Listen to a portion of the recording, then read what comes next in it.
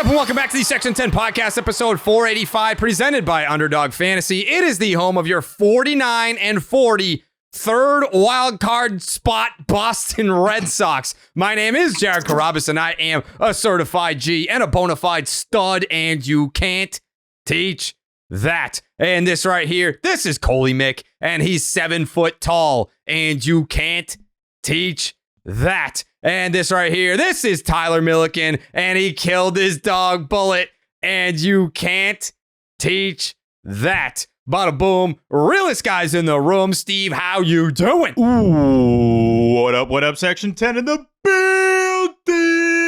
In the mother fucking building.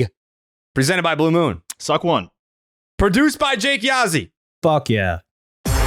The Red Sox have taken another series from the New York Yankees, only this time it was at Yankee Stadium. We said it earlier. David Ortiz signed in Boston in 2003, retired in 2016. The following year, 2017, Rafael Devers gets called up, hits a bomb off of Aroldis Chapman in Yankee Stadium. One more time, Jake. Hits a bomb in Yankee Stadium, and he's been doing it ever since. He's been doing it against the Yankees. He's been doing it off Garrett Cole. He did it again yesterday. He did it twice tonight. Rafael Devers making the Yankees his bitch. They win one game. They take one off, but I still consider it a win anyway because Raffy knocked Garrett Cole out of the game. One more time, Jake. Then on Sunday night, it's Sunday Night Baseball. Eduardo Perez, Carl Ravitch. You know what they said? You know what they said, Jake? They said, open up the floodgates because here come the Ketchup coming. Here come the Ketchup coming. The Ketchup gummies are coming out there. You know what, Jake? One more time, Jake. The Ketchup gummies were like, let's come. We're going to be swimming in the Bronx. The sewers are overflowing in the Bronx because they can't afford to do the sewers over again. They're the same sewers from the 1940s. They're the same exact sewers that the Ketchup gummies are coming out there. They're saying the Red Sox are going to win the series. Rafael Devers is going to hit a home run. Rafael is going to hit a home run. Rafael Devers is going to hit another home run. We're going to call up the bullpen. What are we going to say? Whose number are we going to... One more time, Jake. One more time. Whose number are we going to call up, Jake? Whose number are we going to call? There's only one number we can call. It's... Never done. The Kenley Boys. The Kenley Boys unleash the Ketchup gummies all over the place. The Ketchup gummies are flowing for Kenley. Never down. Always up. Always up. Never down, the Kenley Boys for the save. Striking out Aaron Judge to do it in the 9th inning. The Red Sox, I mean, hey, wow, what a time. Woo. What a time. Oh. Kenley Boys up. Never down. Never down. Never down, Coley. Never down. Not one time are the Kenley Boys. I'm lightheaded. And we're still not even done. We're still not even done, dude. We're not even done. Oh my God, I need a cigarette, dude. Jankees lose.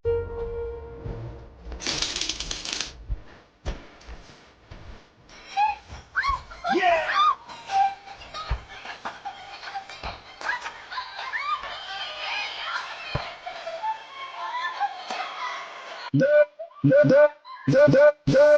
Jankees lose.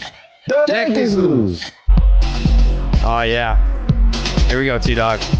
I don't even know that you can bob your head to this. I don't even know if you're allowed. I'm bobbing everything. Yeah, we'll talk about it after. Wait.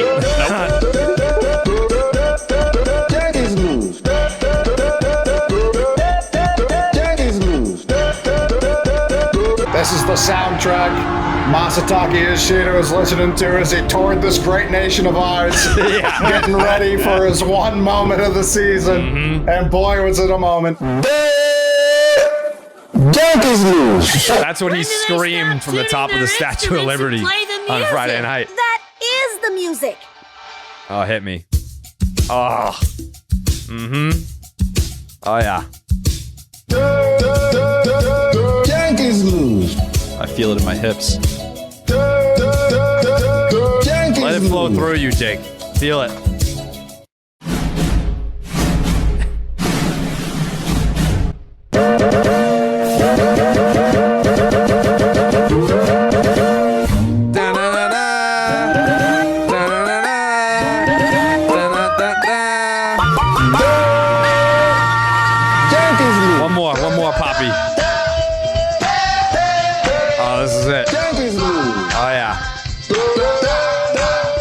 good. Yankees lose.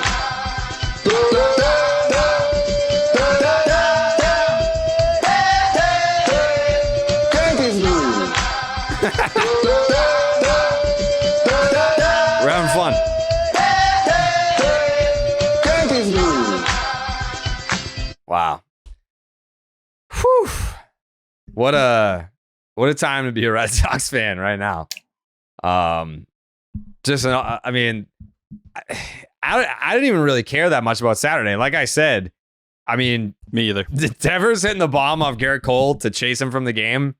That was it. Like that was a win after that. I didn't really care too much for the game after that, but It wasn't even just off Cole. It was right after Verdugo homered and Devers chirped him as he was rounding the third. Like I don't want to jump Devers, ahead though. No, we're not jumping ahead. Of course, you brought it up, so that's why I was just piggybacking off it. But him, like the only person I really remember him ever chirping was Cal Quantrill in Cleveland when he like did the whole fucking lambada coming off the mound. He struck him out in like the bottom of the first. And then he took him again 430 feet to right field his next chance he got. So like if Raffy's chirping, you're fucking dead meat, bucko. Like I don't know what to tell you. Yeah, I don't want to jump ahead, but I mean, like We're not even we're not doing that. But the second home run tonight, where Yankee fans just started booing him, immediately Raffy's just like, I'm gonna swing as hard as I fucking can with an impossible to quantify launch angle and see what happens. It was like the same pitch Miguel Cabrera had that intentional walk hit like all those years ago. That's where that fucking pitch was, and he still pulled it. How do you pull that? Though. Not jumping ahead. Nope. Yeah, we don't want to jump ahead here. Mm-mm. Yeah, we don't want to jump ahead here because we got one more thing we got to do. Hey, we're not doing anything here. Hey, don't jump doing ahead. something. That's game 2. You're jumping ahead right now. I'm not jumping ahead. All right, could be I'm anything. jumping ahead. Yeah. Okay. Not jumping. I should suspend you for thinking that I No. jumped ahead. I didn't jump ahead. Well, to be fair, you're inconsistent about when you play this music. Yeah, for fair. These socks different. Masa, the magnificent. Seti, the difference. I like that one. Raffy, yank shutter. Kutter, smooth like some butter. Seti, hearts flutter. A series of haikus by Tyler Milliken. Coley. Coley, hold on. He's banded his little fans together to pretend like I said they should never rhyme. I said they all don't have to fucking rhyme, and you've taken it like you're incapable of mixing them in. I'm going to stand here and say, watch your words when you're speaking about the Milliken militia. They're very strong and very scary people. I would pummel them directly into the Earth's crust. They come together, they already- can take anybody down. I already dummied them when we had the Twitter tournament, and he was like, I'm going to get the Milliken militia after you. We're going to vote against you. And I was like, I'm going to wipe my ass with the Milliken militia. The Milliken militia cooked last year in the tournament. Yeah, you lost. Was it to you? Yes. Yeah. Okay. You got cracked. No one's beating you, so I can tip my cap to you on that. Well, I'm officially retired from the Red Sox Twitter tournament because I want someone else to have a turn, and that someone is going to be Jake Yazzie. Are you in the tournament, Jake? That's right. Yeah, I think I'm in it. All right, Jake's winning this year. So That's right. You said I could win the year after. yeah. It's definitely a tournament that needs to happen every year. I think that makes a ton of sense. Well,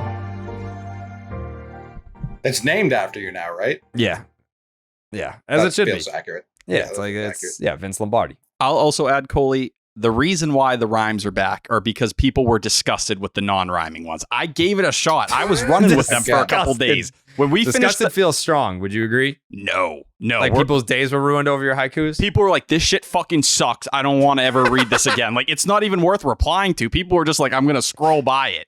They need the Again, bars. Listening to dimwits, dullards, Yeah. people of that stature. Like I don't Put it this rate their way, opinion. T-Dog, like as it pertains to this very podcast, people hate a lot of things that I do. I keep doing them because I'm just like, you don't even know what you want. I'll tell you what you Right. want and what you That's need. exactly what it is. Yeah. It's like, oh, you hate when I say like I'm right about something? Well, guess who's right? me. And I'm going to remind you every time. And then they'll just fucking on their keyboard. Jared's always right. Yeah, correct. So this was a very fun series. I am also for talking about Tyler L's right now. Tyler took another L. My godson got posted to Instagram the other day, and for a small margin, Tyler had the top comment on the picture. Until I saw that, I was like, nope. What? No. It's not gonna go down like that. It's my godson, so I will have the top comment on this post, and just Thanos your ass right out of there. Wasn't even close by the end of it. He is yours. I'm not trying to take any credit. I know Coley would never trust any child, not even his own child, under my own care. So yes, I thought for sure, Tyler, like when you started talking about being the godfather to Section 10 listeners' kids, I was like, someone's going to step forward and be like, yeah, like I would do that. But the responses were like, I wouldn't let Tyler be the godfather to my cat. Or like, if I got a pet turtle, he couldn't be the godfather. I've held a kid one time, and I didn't kill it. I didn't do anything wrong. They didn't give me the chance to hold it again, but I did hold the kid, and the kid lived. Shout out Connor. All right, so that's a win, I guess. Let me hold your kid, Coley. The MLB season is in full swing. And Underdog Fantasy wants to make it a lot more interesting. Underdog Fantasy is the easiest place to play fantasy sports. Playing their pick'em game is as simple as selecting higher or lower on player stats, strikeouts, total bases, home runs, and so much more. Make entries of all baseball or mix and match across your other favorite sports. You can win up to 100 times your money, and it's a ton of fun. Home Run Derby, it's quickly approaching. We are not that far away from the Home Run Derby. So I would say download the Underdog Fantasy app. Make sure it's on your phone. You're going to want to get in on that action when we're down in Dallas, Texas. By the way, you remember Sharon, who gave us the bullet mugs, and she's a big fan of the show. Of course. In preparation for the Home Run Derby, this woman is a godsend. She sent us all like those cool towels. She's like, I don't want you guys getting heat stroke out there. So she sent 4 cooling towels to my house that I'm going to pack. And actually, I'm only going to bring one. No, I need one. I might die. This isn't even about I'll bring one for Jake. No, I'm going to bring one for Jake. No, I'm going to bring one for Jake. Thanks, you guys have seen me overheat in non-hot weather, like 70-degree weather overheat. Do you want me to die? Part of the training. You should have been training for this. I've been walking around in a hoodie outside walking my dog to try and prepare for this heat. Tyler, you'll be okay. You'll be okay, Tyler. You'll be all right. You're wearing the hoodie because when you kill the dog, you need to have it over your face so people can't identify you. Right. Sam's not dead yet. Not yet. Most people wouldn't say yet. Right. I would, though. Yeah, we know. Make sure you sign up with the promo code Jared, JARED, to get up to $250 in bonus cash and a special pick on Underdog. That's Underdog Fantasy, promo code Jared. Yeah, this series featured the game of the year, unequivocally the game of the year for the Boston Red Sox on Friday night. And I think everyone made the point that that's a game the Red Sox do not win the last few years. That's a game that they don't come back, chip away. And I'll be accountable right now. I already had, I'm going to read it to you. I had my loss tweet in my drafts. I said, both teams played like ass, and the Yankees gave the Red Sox a golden opportunity late, but the Red Sox literally never win on Friday, so I don't know why I got my hopes up. Get the next 2 like last time and get out of here. I already had that tweet ready to go when it was 2 outs in the 9th, and Massa came up and it was 2 strikes. I'm like, all right, I'll just have this ready to go, and it is what it is. But I will say this about the Massa at bat. When he came to the plate, confidence level 0. But once he started, it was an 8-pitch at bat. Once he started battling, I was like, I feel like they're trying to tell us that this is going to end in a homer. Like, it wasn't just like second pitch, bam, like out of nowhere. And we were like, what? Like, it was an 8-pitch at bat where he battled, and you're kind of smelling the homer as he continues to battle. So from that standpoint, my confidence grew pitch by pitch during that at bat to where by the time he walked in, 0 confidence. By pitch 5, 6, 7, I'm now hooked and watching like this could be a big at bat now. But I do want to give credit to Dave O'Brien because what a fucking call by OB, who was talking socks on this call right here. Swinging a high fly ball right field. It's deep. That's carrying out of here. It is gone. The Sox tie it in the ninth. Yoshida was due. And he does it in the Bronx. It's 3-3. The Red Sox were a strike away from getting beat here tonight. Great call by OB. Great call by OB, and great reaction by our buddy, our pal, Josie McFly. Oh, God. And the 3-2. Deep to No way. going back so Oh my fucking God! What the fuck? in the ninth inning, and the Red Sox have tied it up at 3.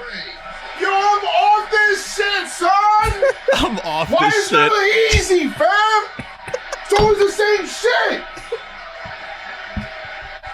Sometimes, Joe, when you have to throw a strike, you kind of Come on, fam! What was that? Who's the homer? Without the left field or left center, it's not Fenway Park. This shit is bullshit, bees!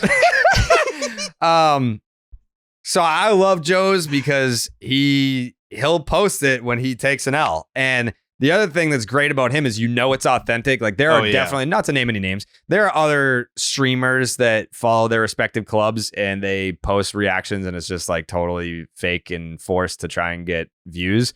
Joe's lives and breathes, dies Yankee baseball. That's how he got discovered was the Largely Rafael dies. Devers. Yes. He Yeah. mostly dies. Sunday's soul. not dead yet. I'm honestly, Yeah. based off of like how much he lives and dies on every game, I'm surprised he hasn't died yet based off of those reactions. We kind of, I never want to take full credit for Joe's, but Section 10 had a lot to play with his career kind of launching in 2017 for a reaction that was very similar to this, Jared. And I had tweeted it out, but that Rafael Devers game tying or go ahead, I believe it was Let's go. go Let's go. ahead. Let's go. Against, yeah, let's go, Chapman. Let's go. Come on, let's go. And stay focused. Let's go. And then the home run. Yeah. That you could play that over the Yoshida homer, and it looks exactly the same. Like it's 2 outs, I mean, ninth inning, boom. His facial expression is what's great about that video. Yeah, which you can't but teach. yeah. That's authentic. Everything he No. does is authentic. To your Yeah. point, there's definitely streamers now and people that have fake reactions. His are 100% real every time. Yeah. Shout out to Joe's. But yeah, what were your guys' thoughts at the time of the Yoshida home run? I know 0% Tyler was probably chance, devastated, but right? Cole, No, Tyler was pissed, but McMahon. yeah. Furious, genuinely furious. Yes. But no, I mean, even go back to the Marlins series, like he had been lifting the ball. So it was like, it's one of those, if you watch enough baseball games, you see so much stupid, improbable shit. That's the type of series, like, Clay Holmes has been ass for like a month. All-star Clay Holmes has been an ass for a month and a half out there. Not even And close to as Masa- good as Kenley. Don't even get me started. Yeah. But it all was just kind of lining up. Like, he's probably not going to strike out in that situation. He's at least going to get back to the ball. And he has been lifting the ball lately, which is very rare for him. The Dom Smith at bat, which I don't want to skip over. Unbelievable call. Because he pitch hit for Romy, who had been the only guy to do anything for us that entire game to that point. And even before all that, shout out Bailey Horn for keeping them in that game after the stupid fucking rain delay where I think one water droplet hit the field and they were like, we might have to cancel baseball. Like, we're going to give the Yankees the win and we're just going to leave it at that. We're never going to play baseball again. So yeah, all of it kind of like the Yankees should have ran away with that game and they just got horned. Yeah, They did Jake, get what horned. was that like, Jake? You were in the building. It was barely raining, right? Yeah, I mean, I tweeted it out, but I would have gone to the beach in that weather. It was a joke that they brought the time out. They pulled the tarp very easily there. I honestly couldn't believe I had missed a couple of like 2 innings of that game. We were at the Chatham Anglers and I was watching the first like 4 or 5 innings on my phone. I mean, Valdez, holy hell, brother. That you gotta just complete a little throw to second base, get the double play. Obviously, Tanner was not the same after the rain delay, but pick your guy up. I get that he was walking guys, but that is just embarrassing. He couldn't complete that double play. You get to the ninth inning and thinking, okay, this loss is stupid. The Yankees shouldn't have scored a run. And Jared, you're saying that your hopes got up as the at-bat went along. The whole time, I'm like, that is Masataka Yoshida, so he's not going to hit the home run. Like, there's no way. If it was honestly anyone else in the lineup, I think there's a chance. I gave him a 0% chance of hitting a homer. And yet the pitch, it seemed to like the pitch went right into his bat. It was like the perfect location for where his swing was to meet right in that launch zone. And how deep was that, by the way? I know Yankee Stadium's a short right field, but that ball was smoked. It was over 400 feet. It was his first homer going back to April 20th. And obviously there was a time on the IL and everything like that. But for Core, who's kind of been pushing lately, like, hey, we're not looking for power. I know everyone wants to say he's not hitting homers or whatever. All I go back to is I remember that offseason, Yankees fans were into Masataka Yoshida because they were looking for someone to replace Benintendi in a lot of ways. Someone who could work counts and kind of just flip the ball all around, into the outfield or whatever it may be. Not particularly a home run guy, but they had photoshopped him hitting a homer at Yankee Stadium. And that was identical to that clip that was going around back then. But I think the main thing is, and it's something we keep talking about the last couple of weeks, how many times have we said that was the game of the year? How many times have we said that was a game the Red Sox wouldn't have won before? We didn't get to talk about that series finale in Miami, but that was the main thing. It was like, that's just not a game the last 2 years the Red Sox would have won. Neither was this, where the defense lets you down multiple times. Tanner Houck, the guy who's carried your rotation, just wasn't himself after the rain delay. And beyond Bailey Horn, it was Cam Boozer, it was Justin Slayton. All these guys that kind of kept you right in this game to get you there. Like Boozer was back down in the minor leagues and he comes and gives you 2 innings, scoreless against that Yankees team. Say what you will. A lot of people are up and down on Cam Boozer. He showed up once again. It's just another example of why this Red Sox team is different. Because when shit goes wrong, they don't get in their heads. It's not like the last couple of years where it's like, hey, it's only going to get worse. They fucking forget and they keep fighting. And Cora credits them for just being young and not knowing any better. Well, cool. Don't carry the identity of the last couple of years. That's why this team's different. Is there a homer, though, that has surprised you guys that much? Like, I can't remember a homer I was that surprised by, considering the situation and the guy. Yeah, he has 2 home runs. And it was like... And it's bottom 9, 2 outs, full count at Yankee Stadium. Like, there's no way that's a homer there. And he smoked it. The only reason I wasn't certain he was going to do anything was because it was Friday, more so than it being Masa. Right. Like, Masa, I still believe in Masa more than he deserves, quite frankly. But I just trust his approach. You know what I mean? Baseball is such a stupid sport. A guy that smart about hitting, I just am never going to really quit, ever.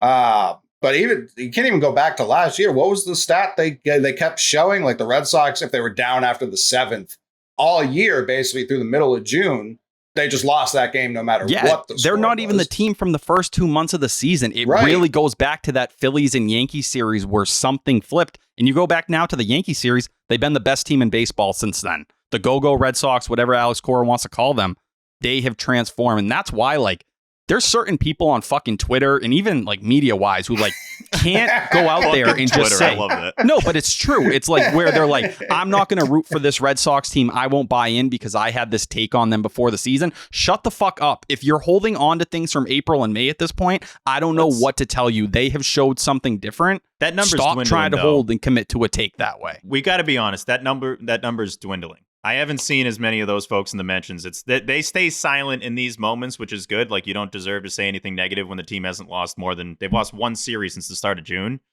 I get what you're saying, Tyler, but like the Red Sox are shutting a lot of people up. Like of they course, are right but now, and they continue to do so people. every series.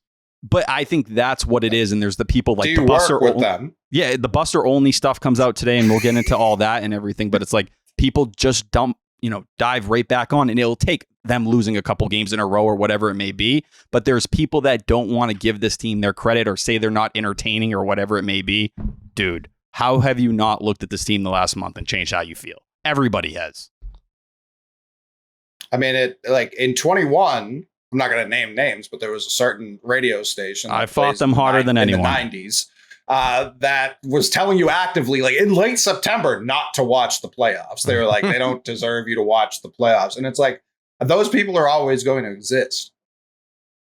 Of course, but I do think there's a certain thing even stronger now. 2021, you weren't as far removed and you didn't have these multiple years in a row where you didn't succeed. Some people are strictly to the point where they're like, I don't want the Red Sox to be entertaining to say fuck you to John Henry. It's like, well, fuck John Henry. We don't even got to talk about that. Do it for the fucking young players on this team that are making a statement and that are showing you why you should believe in them. Support the players, support the manager who are playing above their head again and again. Give them that love because they fucking deserve it. After Yoshida goes deep in that spot, I wanted to kind of just refresh my brain on that 2-month span he had last year. I was like, all right, how good actually was it? Was he really good? He was better than I thought. From April 20th to July 20th, he hit 343 with a 938 OPS, 10 homers, 21 doubles, and 44 RPIs in that span. So we were dumping on him earlier in the season, maybe even like a week and a half ago or 2 weeks ago, but it was deserved. Like, I think those are the things, Jerry, you mentioned it. If you're ripping somebody or calling someone out when they suck, that's well-deserved hate. Now it's like, okay, you get a big hit in that spot. His average has gone up. He is lifting the ball a little bit more now. You got to tip your cap because that's, unexpected at this point, but he's still contributing where he can. And that's more than we thought he would be doing at this point. I think for Yoshida, it's like, I never worried that he was going to be able to hit righties, right? Like, he's always shown the ability. Now, power-wise, are you going to justify being a DH? We don't know. That's a really fair point. But lefties, I think that's the main conversation ahead of the trade deadline. He's hitting 135 against them this year. Has not looked very good in those situations. If you're looking for the part of Yoshida's game that kind of needs to take off, for him just to be that 290 batting average guy that we saw in the first half last year, I'm not expecting the power. Got to start hitting lefties. Or he's going to be a platoon guy down the stretch. Either way, he bought a lot of leeway with me. I mean, just that home run. We talk about the grounding out to second base constantly, which is a thing. It's not like we're hating on him for no reason. And I don't even think it was hate. It was more just like frustration that we know that he can be good based on that 2-month sample that we were talking about from last year. Like, we know that it's in there, but it would be nice to see it this year consistently at all. Like, it would be nice. But for that one home run off of Clay Holmes to tie the game in the 9th inning, well, boy, that was exciting. Steve? Just want to say real quick, the stats, mid-April to mid-June. I said July. I can never have the people out there hearing a wrong time gap for stats. 2-month span. He was incredible. Can we get a version of that again? Potentially, which is better than we thought 2 weeks ago. Maybe. It's more than just watching it. The front office is outright told you they hate the they revealed their hand. Like, that's what poisoned the well. I think if Yoshida was just coming back from injury, it'd be like, all right. Because right now, like, Williams, the guy who sucks right now, and I have all the faith in the world he's going to bounce back. Like, I have no worries at all. Yeah.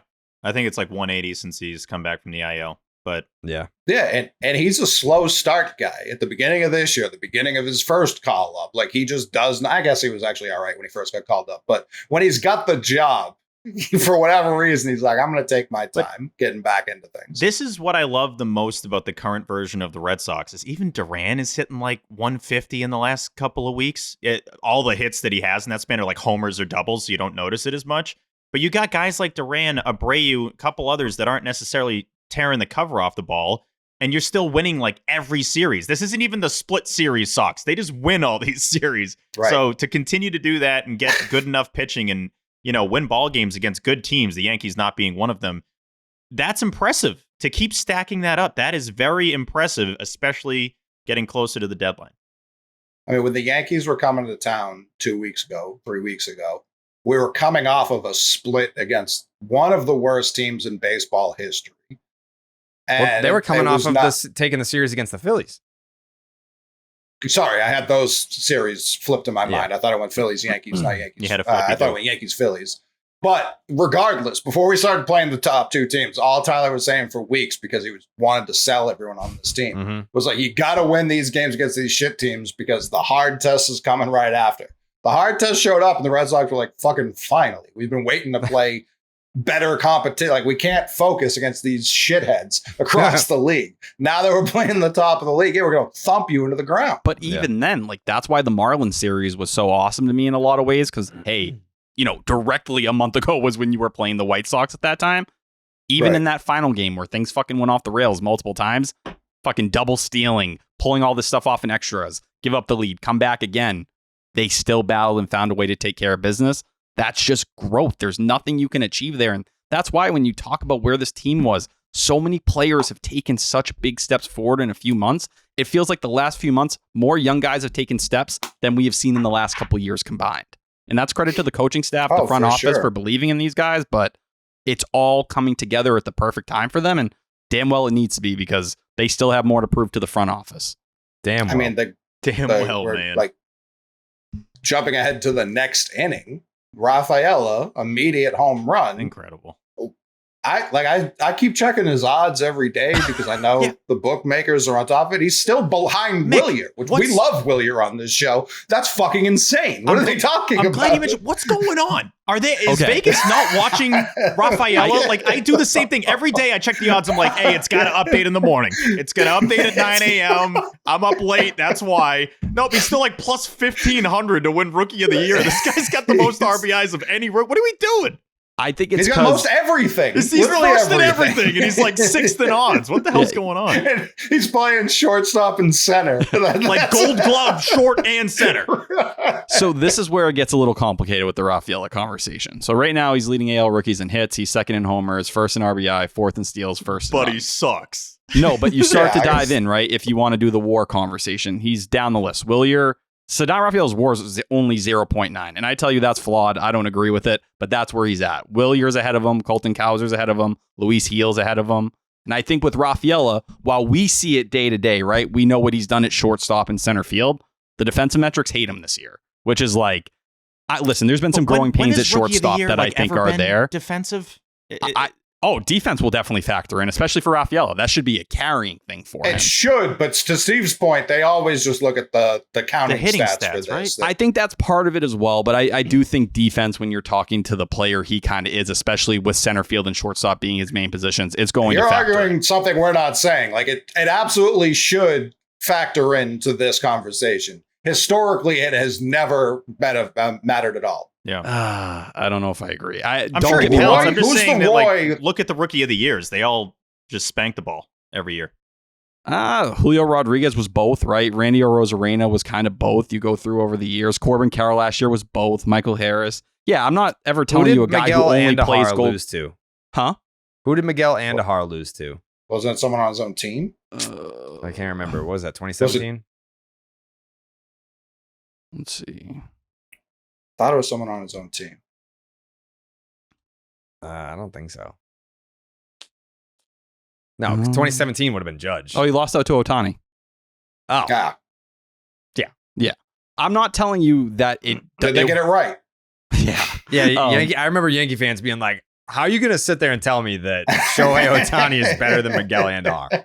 How the fuck are you going to say that? There's just all the, Judge, you got Ohtani, Acuna, Jordan Alvarez, no Pete one's Alonso, winning Rookie of the Year for being a defensive stud, but when the metrics, at least I think in that perspective, are kind of pointing down in a lot of areas, if he needs that to kind of put him above when his offense stats are, for the most part, not up to certain other guys on this list, whether it's Cowser or Abreu, it's going to hold him back a little bit. He's definitely been better than Colton Cowser. Colton Cowser had a hot series against the April Red Sox, and he's been largely mediocre since then. I think Vegas is being a little silly. I'll say it. I think they're being a little silly. He deserves more credit. I know. I didn't really want to get too aggressive. We're still kind of early in the show, but I think they're being a little silly right now. Yeah, like Cowser, top three. Cowser has a 113 OPS plus right now. I think Rafael is at like 80, 85. But all the other guys suck. And Rafael. I don't disagree with you though, Coley. I think he deserves way more credit in this conversation. When I checked it earlier today, they still had Langford first, and Langford took the first 2.5 months off. Yeah, he's had like a great 2 weeks. And why Langford's going to be like a Hall of Fame? Oh yeah, I'm convinced of that. He has not been had a better season this year than Cedar Rafael at playing baseball. Like not even close. Heel is still second, which he was great tonight, and it's pretty easy. I'm not jumping ahead, but it's great to be because this applies to the whole series. It's easy to pitch when you get 17 inches off both the left and right side of the plate all fucking series. Very easy to pitch. I don't understand how they've lost 10 of their last 15 games getting the strike zone that they're getting. Anyways.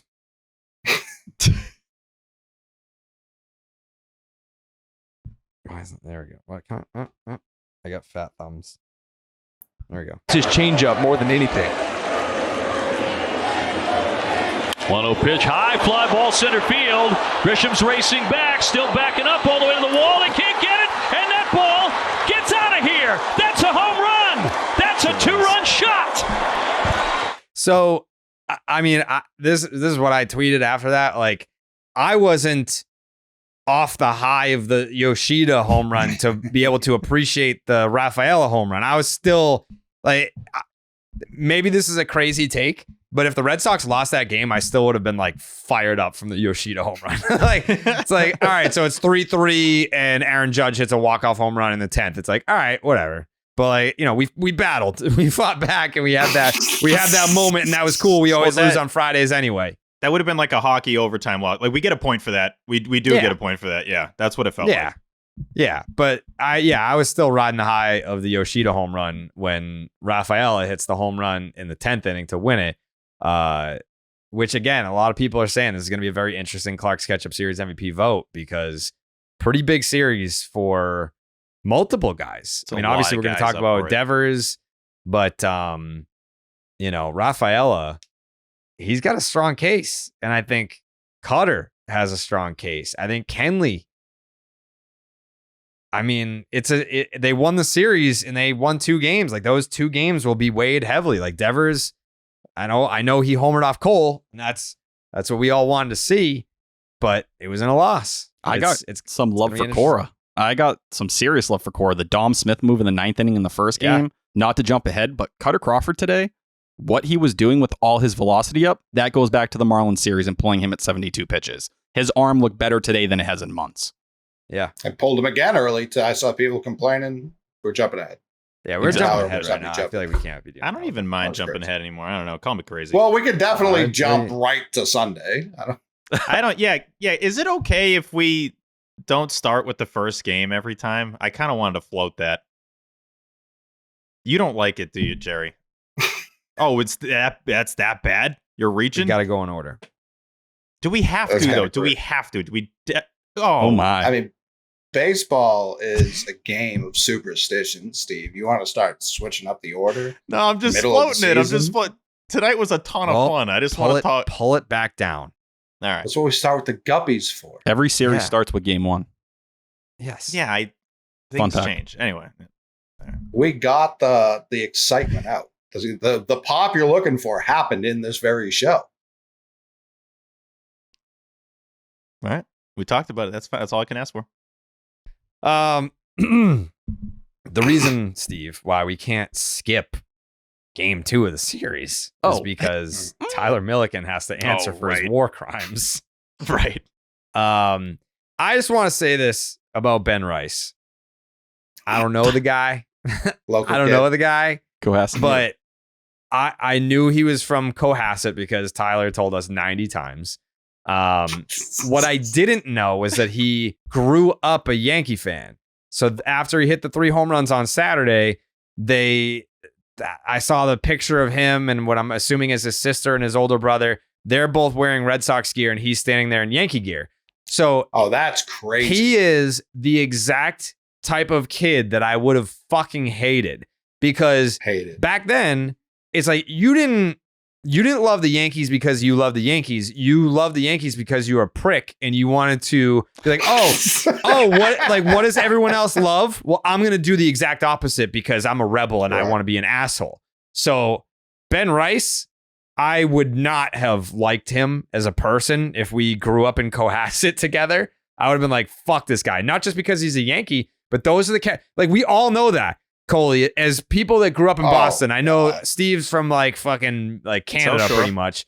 Been hanging. But Big Brockton, baby. Me and you, Coley, as 2 kids growing up in the streets of Boston. Yeah, that's where you were, Jared. We all know that one kid that wore the Yankee jersey to school because he wanted the reaction of everyone being like, you're a Yankee fan? And like, he can't name 2 players on the team.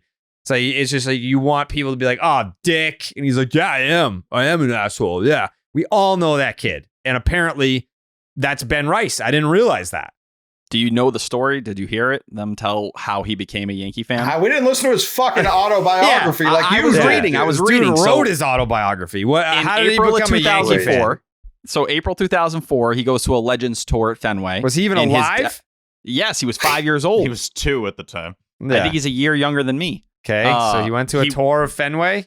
Yep, he went and they had dressed up the siblings in the Red Sox stuff, and then he wore the Yankee stuff because his favorite player before anyone was Derek Jeter. So he just chose Derek Jeter over Nomar on top of it. Brother. Bad. Awful, I know. But when he went there, I guess he was telling like Lou Gorman, who was there at the time, and like, hey, I'm this big Yankees fan. They're better than the Red Sox. And he went and signed the right field foul pole and wrote Yankees rule on it at 5 years old.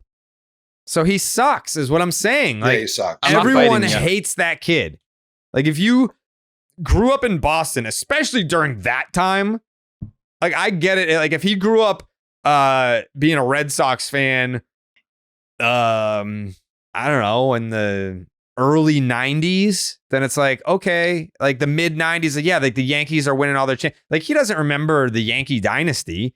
He was growing up in Massachusetts, choosing to be a Yankee fan in a Red Sox household during a time where the Red Sox were fucking kicking everyone's ass and they were super popular. Everyone loved them. There was no reason for him to be a Yankee fan. Well, his dad was a Yankees fan. I think that's where it bled sucks together. too. Yeah. I don't disagree. He does suck. Should have never been born. Yeah, I don't think that you feel that way.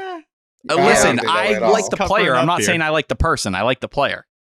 No, I Which, think if you we're like the being person honest, too. I think that's you much love worse. the person. Yeah, like the you player. love I just both. like the profile. I like the way he kind of is at the plate and how he works these at bats. It's not an easy out. And give me a left-handed swing at Yankee Stadium. It gives me what Greg Bird was supposed to be. And sometimes I dream a little bit on People that are listening to this podcast right now, I know we have a lot of like Yankee fans are going to be listening because they're masochists and they want to get the reaction to the series. So like, welcome in Yankee fans. If this is your first episode, welcome. But then there's the people Fuck that yourself. there are Red Sox fans that listen that aren't from here, that didn't grow up here, that have maybe even never been to Fenway.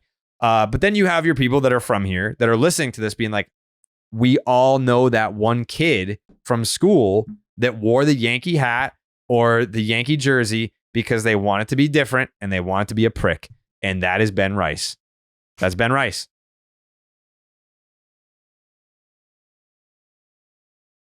I'm sorry. Hey, I stand up. My name's Tyler Milliken from Brockton, Massachusetts. I grew up on the west side. I'm not going to give my address, but I've made a lot of mistakes in my life. And clearly, I can step up here and apologize for a few things I've done wrong lately.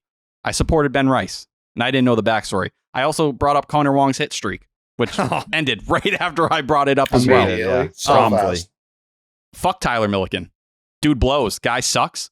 I'm going to take this with honor, so suspend me. Please. I'm asking kindly, not in a rude way, how you usually do it, but a respectable honor way. I hate Cole- these. I do think you should bang him here because he's doing this because he knows he typically wouldn't get a suspension if he asked for it directly. I think he's trying to get a workaround here. No, it's just me coming to the front here. I have to apologize to see the Instead of outpour of coming to the people. back. People thought I actually got fired from the podcast. They were like, dude, there's no way they're keeping you. Well, I Like, texted you are that. out. I texted you, you're fired. And I thought part of you meant it, if I'm being honest, in that moment. Well, I mean, I'm you stunned did. that button hasn't been hit yet, if we're being honest. Well, this I is can't believe kind you've of gotten- like we're talking Okay. it out. We're talking it out. Okay. It's not happening, but we're talking it out. When you have Will Middlebrooks, who's doing color for Nesson, being like, damn, like, sorry, Tyler, see you later. That's a pretty telling sign of where you're at in life. Yeah. So I think I'm more upset about the Connor Wong hit That streak was outrageous. being broken up by you. But then the whole Ben Rice thing, like this series should have been a sweep because if you look at the box score, it's like, man, the Red Sox got waxed. But that Devers home run off Cole was in the fifth? Yeah, put you up 4-3. Yeah. To put you up 4-3, you knock Garrett Cole out of the game. Like that felt like, all right, now you have a lead. Cole's out. This bullpen's not that great. Like this could end up being 8-3, 8-4 Red Sox win. But your love for Ben Rice cost the Red Sox the game and cost them a sweep. Especially the odds of the Yankees scoring 11 unanswered runs after Yeah. that Devers homer was like Yeah. 0.1%. Yeah. If we're looking at it from a baseball standpoint, this was really the result of what happened on Sunday. If we're being 100% honest here. Or what's today? Today's Sunday. What happened on Thursday? When you had that game go into extras, the bullpen was cooked. When you have Greg Weissert out there and you're telling him to eat shit and Chase Anderson's about to come in the game before it even got out of whack, that was telling. They didn't tell Greg Weissert to eat shit. Like he came into the tie game. But at Or that we were point, we were still up when he came into the game. It was still 4-3. before the game completely went out and you have Chase Anderson warming up as your next thing, it's very telling of where the bullpen's at. And Alex Cora said it after the game. He's like, listen, we needed more out of Winkowski. We needed 5 or 6. We didn't get it. It is what it is. They were trying to save Zach Kelly, who had thrown 2 innings high leverage a couple days before in that Marlins game. The bullpen was short. That's why I don't even give that much credit to the Yankees for winning it, because it took the Red Sox bullpen being completely fucking depleted for them to implode on themselves. And that's what made Friday even more impressive within itself, that your bullpen had that kind of performance in their back pocket. I do still think that lets Weissert off the hook a little bit. Oh, no, he sucked for sure. He came into a very manageable situation, and like Steve said, 11 runs happened. I like that Chase Anderson came in and immediately was like, you can earn all of the fucking runs today, pal. Like that was a message. Like, do your fucking job, former Yankee Greg Weissert. Like, what are you here for if you can't get out of that situation? There's really not a situation for you to be here. Let's not give Chase Anderson too much room either. He gave up 5 earned runs himself. The game was all like, I don't like Chase. That's what he's here for. You can only have one of those. But he was a position player. That's where you were going was telling. Chase Anderson was a position player pitching at that point. But Greg Weissert, to me, when I watch him pitch now, at least recently, it feels like he's a knuckleball pitcher, but with a sweeper. Sure, like when it's on, it's great. But like when he doesn't have it, he doesn't have it. And like once he starts missing wildly, I'm like, this is not going to end well. Like he's not going to find it. And he didn't. No, it's a filthy pitch. And if he had any control over it, he never would have got traded for Alex Verdugo. Yeah. Yeah. But I mean, we can talk about Steve's Steve's on trial now too. We can talk about Alex Verdugo and what about him? Well, you love him. He's been terrible. He's been truly terrible since that homer at Fenway. I know he had a homer in this series, but so he hit a home run in this Cole, series. Your tweet made me laugh. That was one of the weakest, and not jumping ahead, but that was one of the weakest attempts, not even an attempt of catching or robbing a home run ball. I don't know what that was. Like I know a home run probably has like a 0% catch probability. That one had 100% catch that probability. One was like what they all look like. That's what every home run robbery ball looks like. And he's like, nope, I'm gonna like chest bump the wall for some reason. I don't know. He looked at the wall 3 steps before. He knew exactly where it was. It was the strangest thing I've ever seen. That was bizarre. Tyler, I do gotta say something, brother. I think you are in a position right now that I've seen in many movies, many shows, where they're holding a hostage, right? They got a hostage and like they're just kind of talking. Maybe they're talking about one of their, memories growing up. They're just killing time, right? Like we all know what's gonna happen. They're gonna get killed. But I give you credit because you've pushed this off farther than I expected. Why are you bringing it back to the surface like that, Steve? It's like you're trying to get me suspended. You guys were moving in another direction. You just got put on trial. You were just like, yeah, but what about Dahmer? Yeah, like, that's right there. You guys forget you were supposed to beat his ass? That was crazy. Can I add a Greg Weissert thought? What's my Verdugo thing that's up for trial, though? Like You love him. You love him. Yeah, I've always been a Verdugo supporter. You still are. You still showed up for one game like usual. You still are? I'm not a supporter of Yankee Verdugo. I'm not like rooting for Yankee Verdugo. All right. Then you're good then. All right. Cool. I didn't say anything. I was just, we're just talking it out.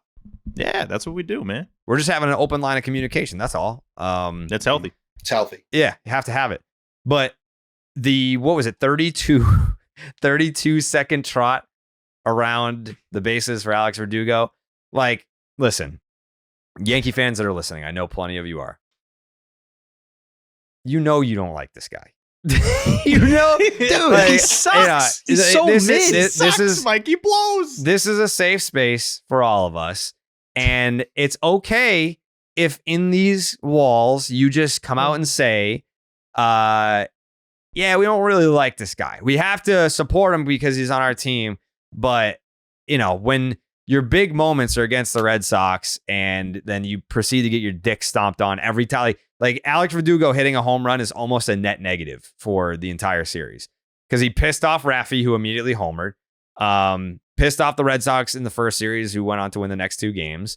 And I mean, Raffy, I guess I don't want to say I wasn't familiar with your game because that's not true. But it's been a while since the Red Sox have been playing meaningful baseball. Like Raffy in the playoffs in 18, in the playoffs in 17, in the playoffs in 21, like he rises to the occasion. So when Verdugo does his fucking 4.5 minute trot around the bases, you piss off Raffy, he homers. Garrett Cole, he just sees his face and he's like, I gotta fucking smash this baseball. And then he does. And then in the finale, not to jump ahead, but I got to mention it again.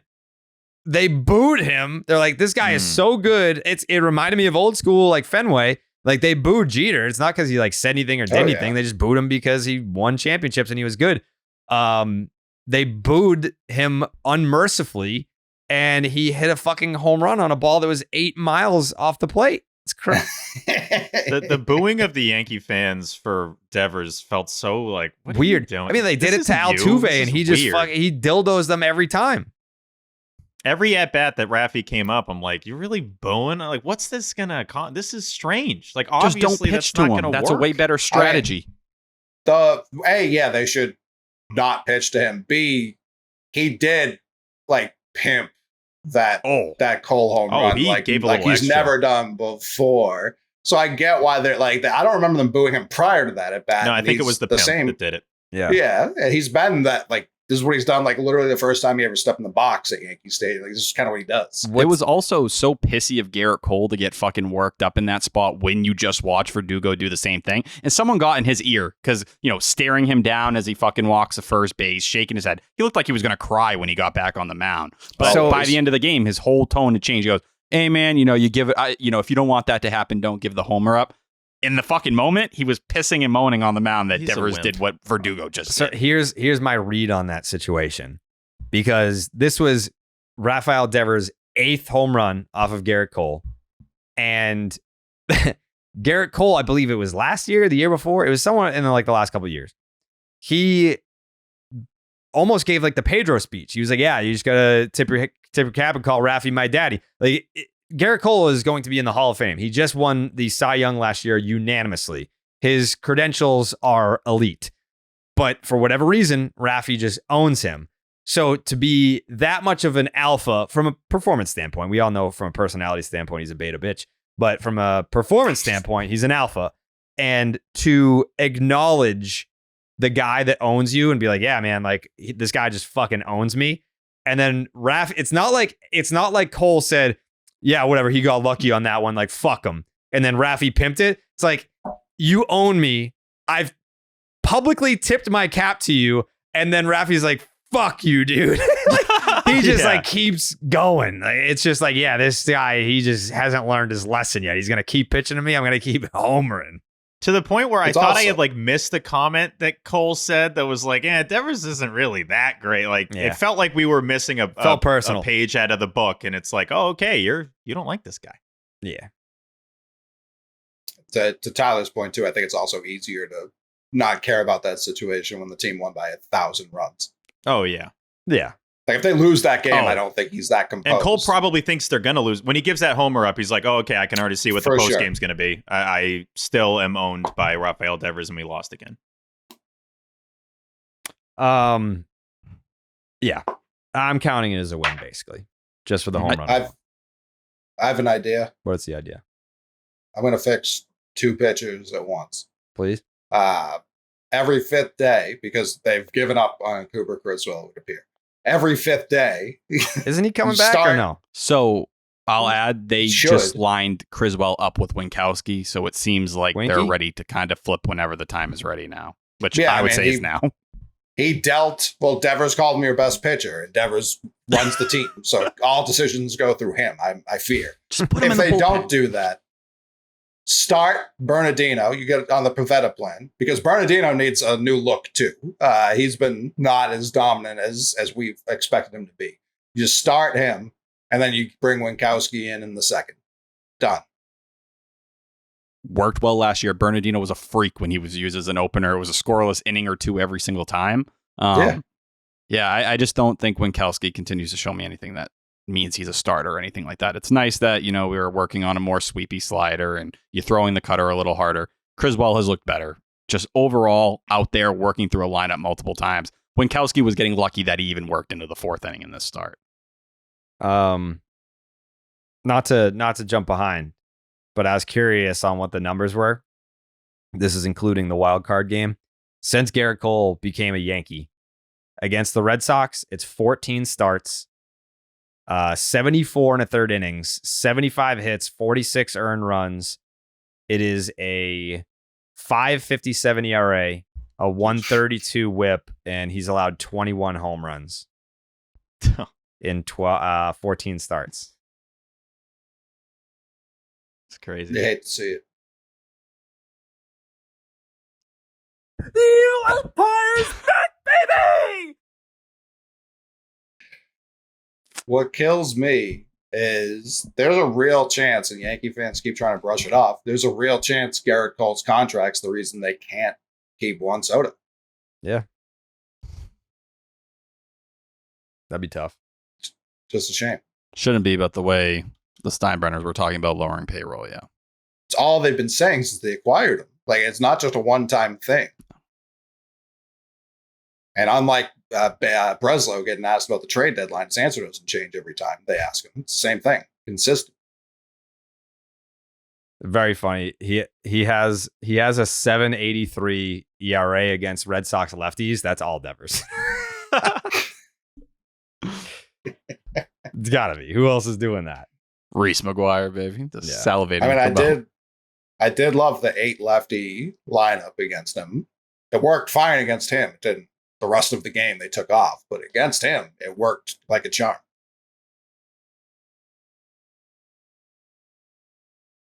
Not to jump ahead though. No. Well, no, that was Saturday's game. Yeah. Before we move on from Saturday, Tyler, be honest. Like, how excited were you after the third Ben Rice home run? Like, once Not like at all. It was getting worse. Once the game is over and it's like, all right, game's in hand. Like, I'm just excited for my boy. Yankees Twitter was reaching out, like, thanking you. me. Like, actually being like, you're part of our community. And I was like, I don't even know what to say. Like, what am I supposed to tell you? I didn't think Ben Rice was going to hit 3 fucking homers against the Red Sox. In what world would I have envisioned that? But of course, like usual, if something's attached to me, we're going through the fucking floor. It's going to be the worst possible outcome. And here we are. Tyler, I think a tough part about the Ben Rice thing is that you brought it up kind of out of nowhere. Like, we weren't even talking about the Yankees. We might have even been talking about like Fenway concessions or something. You're like, you know what? Shout out Ben Rice. I think it's great what he's doing over there with the Yankees. I think that was really the beginning of this, and now this is the culmination of it. This is where we're at. 3 homers. And look at Ben Rice. He looks like he's never hit 3 homers in a game in his entire life. There's no way or reason a guy like that should have a 3-homer game. The first Yankee rookie ever, I believe, to do that. It's unfortunate. I'm just confident now he's going to have like a 15-year big league career with the Yankees. And like, this is just going to be something I have to remember every time we play the Yankees moving forward. I'm going to be attached to... Hey, maybe that was it, though. Maybe he got it all out in that game. And then, 5-10 years from now, we're like, oh, remember Ben Rice and that huge game? Hey, that could be the case. Maybe it will be Greg Bird. Maybe it'll play out like that. I have a bad feeling. Bad feeling Ben Rice is going to cause a lot more pain and a lot more suspensions. Okay. We're on to the series finale. But before we do that, I know Jake was at Yankee Stadium just ripping blue moons. Where were you sitting, Jake? Friday night, I was in the bleachers. Saturday, I was up top a little higher. And people were drinking blue moons out there? Oh, ripping blue moons. Yeah. Because some beers can say that they're brewed for baseball, but only Blue Moon is brewed by baseball. Beer and baseball, they just go together, and no beer goes better than the one that was literally born in a ballpark. Blue Moon was created at Coors Field in Denver, Colorado. It's the natural choice for opening day and all season long. I was on a boat yesterday drinking Blue Moons. It was a tiki boat. And they had all these like tropical drinks on there. And I was like, can I get a Blue Moon? And they were like, it's a tiki bar. And I was like, did I fucking stutter? I said, give me a goddamn Blue Moon. And then they ended up giving me one for free. So it was like a buy one, get one because, the intimidation factor, I guess. I don't know. Yeah, I mean, you fired those warning shots into the air. So they knew you meant business. Yeah. They were like, we're in the middle of the Boston Harbor right now. So like, if I don't make this guy happy, I got nowhere to go if he's pissed. From its refreshing flavor with Valencia orange peel for a subtle sweetness and hints of coriander, Blue Moon Belgian-style wheat ale is a one-of-a-kind beer that's made brighter. It's carefully crafted and full-flavored with refreshing notes and a smooth, creamy finish. Blue Moon was brewed by baseball to give you a dose of nostalgia and get you excited for the new season. Why strike out with the same old beer when you can get something that's one of a kind? Its bold flavor, bright explosion of color, and iconic orange slice ritual guarantees a one-of-a-kind beer experience that is perfect for spring weather. Best served with its signature orange garnish to showcase its beautiful hazy color. A beer this good only comes around once in a blue moon, but you can enjoy it all season long. Bring the ballpark to you with Blue Moon Belgian-style wheat ale. It's a one-of-a-kind every time. Get Blue Moon delivered by visiting get.bluemoonbeer.com/Jared to see your delivery options. That is get.bluemoonbeer.com/Jared. Blue Moon, made brighter. Celebrate responsibly. Blue Moon Brewing Company, Golden, Colorado. So I feel like to tell the whole story of Sunday, to paint the picture of what Sunday was for us Red Sox fans, it all started with the announcement that Jarren Duran was going to be wearing the mic for Sunday Night Baseball. And then the announcement that Jarren Duran, Tanner Houck, and Rafael Devers will be representing the Boston Red Sox at this year's All-Star Game in Dallas, Texas, which to me, congrats to all three. I think we're all very excited about Jarren Duran, who deserves it very, very much. And we didn't know if he was going to get there, but he will be going to the All-Star Game. What's cool about it for me, besides the fact that Tanner Houck wasn't even supposed to be in the rotation to start the year, and Jarren Duran, 2 years ago were like, get this guy off the team. Devers is Devers. He should be there anyway. Is having multiple All-Stars, instead of, someone's going to make it, right? Like we've had those years, like last year. Yeah. Last year, it's like, someone's going to make the All-Star team. To now this year, where you have 3 very deserving All-Star selections from your Boston Red Sox. So just wanted to note that. And you could make an argument they could have had 2 more. Now, I posted the Connor Wong stats versus Salvador Perez, and I think most people are like, all right, I understand. And you can make the conversation Logan O'Hoppe deserved it over Wong, but Kenley Jansen over Clay Holmes, are you fucking kidding me? Yeah, you just look at those stats for 1 second, and it's obvious Kenley deserved it more. That was a commissioner's office pick. Like we had said with Jarren, I just wanted to see it announced. Like we had a really good feeling for a long time now, or maybe like the last month, that Jarren was going to make the All-Star team. Seeing that Red Sox logo wipe where it was like, all right, it has to be Jarren. Like they've already named Tanner. They've already named Rafael Devers. Like it's got to be Jarren Duran as the last guy. He goes up there. That matters. We get so used to over the years, not as much recently, but David Ortiz making it, Dustin Pedroia making it, Xander Bogaerts. It's like, all right, yeah, these guys are going to be there. And now Rafael Devers is the current guy that's like, oh, okay, cool. He's there. We'll tweet about it. It's not a huge deal. Seeing Jarren make the team just matters so much because of not just what he's been through, but how much he really matters to the team. And I tweet about it, but I still feel it every time. When they make Jarren the face of the graphic, when MLB does that on their account, it makes him the guy on the graphic. It reminds you how much he matters on a national scale now and how much he matters in the grand scheme of things in baseball. That's huge to me. That we love him.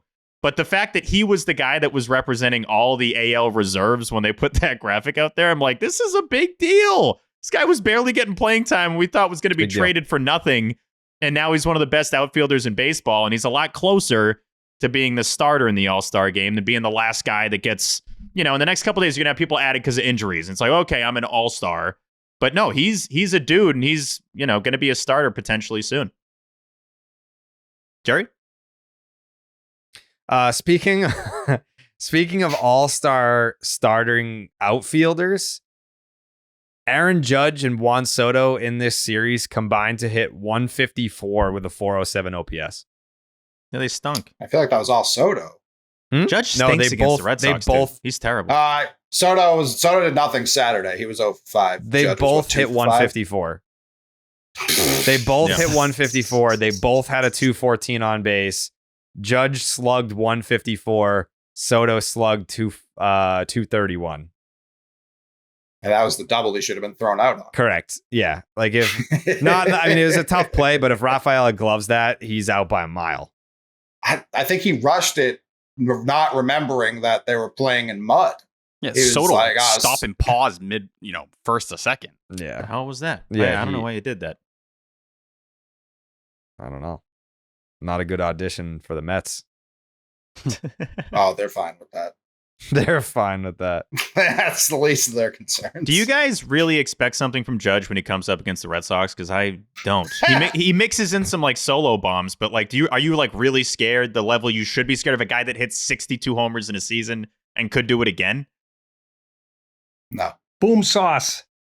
Got him. I fear Stanton in certain moments just because I feel like he's caused me more pain than Judge has so far. Not to say Stanton's anywhere close to what Judge is, but I've seen Stanton rip my fucking heart out and make me want to die. Yeah, that grand slam Darwin's that he and hit Hernandez off, lives in my head forever. Yeah. Like I fell to my knees. That series was at Fenway, but I was in New York with Hubs and I think Marty Mush, and we didn't have the sound on the game. And the second he hit that, I was just like, oh my God. Like that grand slam was loud. It was loud with the sound off. Yeah, Stanton has way more big hits against the Red Sox, I feel. Like the one like big hit that I can remember that Judge had against the Red Sox there was two of them. I think there was the one that he hit a bomb off David Price in game 2 of the division series to dead center. Mm-hmm. I think did he hit a home run, I believe, off Kimbrel in game 1 opposite field. He did, into the bullpen. Yeah, and a loss. Yeah. That's not a big moment. It made it, what, like 5-3 or something? Yeah, like, it made it tighter. Yeah. And then he hit a ball off Matty Barnes in the COVID season that was like 800 feet at Yankee Stadium. Yeah, Santa Maria. Yes, that one. That's the one where like we have like I'm gonna try and find that. Matty V loved that homer. He was like, "This is incredible." Yeah, huge Yankee guy. But I mean, nothing in 2020 was clutch. No, it just doesn't even count. And even anyway. that game 1 home run wasn't clutch. That was kind of where I started to call out his fraud. Was that home run? It was just like, well, this didn't matter at all. What are you talking? Like this is, and he did it fucking against Cleveland. That game, that's not even a Red Sox series, but that elimination game. What was it? Game 5 against Cleveland, where Stanton leads off the game with like a 2-run home run. That Cleveland team couldn't score more than they played like an 18-inning game earlier that playoffs, and they scored 1 fucking run. Like that team couldn't score more than 1 run. Stanton won that game in the 1st inning. Then Judge hits one in the 5th inning. Everyone's like, look how clutch he is showing up in these spots. No, he doesn't. He got out hit by IKF that playoff run. And I think it gives more legitimacy to us kind of calling out and ripping Judge, because I've like said this before. I don't hate Aaron Judge at all. I actually kind of like the dude Aaron Judge. And yet we're just calling it as we see it. He does nothing against the Red Sox, like ever. Again, he mixes in a couple of homers here and there, normally solo bombs. The thing I picture with Aaron Judge against the Sox is that like, as he's walking back to the dugout after striking out, he always has that kind of look in his face, holding back like, man, that's all the time. So you should fear this guy, and we just don't. He didn't even argue the check swing he had in the 7th, which Kutter was a very borderline check swing. When he's walking out, he I'm was like, just like, I did it again, motherfucker. Yeah. I was like, are we not going to get a side angle of that? There's no way. I thought he went on there. He's like, okay, I strike out, because that's what I do every at-bat against this team. It's crazy. Yeah, he's like, let me get it over with. I didn't even swing, but I'm done. I know how this ends. His only worst career average against a team is the Astros. It's like, buddy, I got some news for you. Like, those are the two teams you kind of need to be good against. I mean, yeah, it's interesting. His season was historic this year, off to a historic start, and then all of a sudden the Red Sox and Astros start surging, and he goes right in the toilet. Like, it's just interesting. Yeah. Whenever I think of Judge, it's always walking back to the plate after Xander fucking nailed him at the plate on that relay, and he was shocked. He had never saw it coming, and it's just, oh no. It was like that moment when it sunk in. Oh yeah, like it's over for you guys. Like you're not making it out of this wild card game. Which Stanton was the one who fucking smoked that ball in the first place. Oh, he hit that walk-off single in the top of the 1st. I'll never forget it. Very rare you see a play like that in modern baseball. He just doesn't come along very frequently. I'm determined to find this Section 10 promo now. Oh, we did there a promo. There many of those. Should be easy. Yeah. Yeah, I think his best season against the Red Sox was the COVID year. Like, yippee. Yeah, that. Mickey Mouse. I love it, personally. Love it. It's awesome. And I think it's like a thing we don't talk about enough. Like, our biggest rival's best player by far stinks against us. That's awesome. Because when you're not good enough, like, you can't even have rivals. Like, you can't even have that conversation. That's why it's fun. When you're not good, it's not even a rival. Aaron Judge is preventing this from being a rivalry. That's what he's doing. He's that bad against the Red Sox. And I'm not even that worried about like jinxing it. He'll still get a couple bombs. Like he's still going to hit some homers. But not to go back, that first game when it was Soto.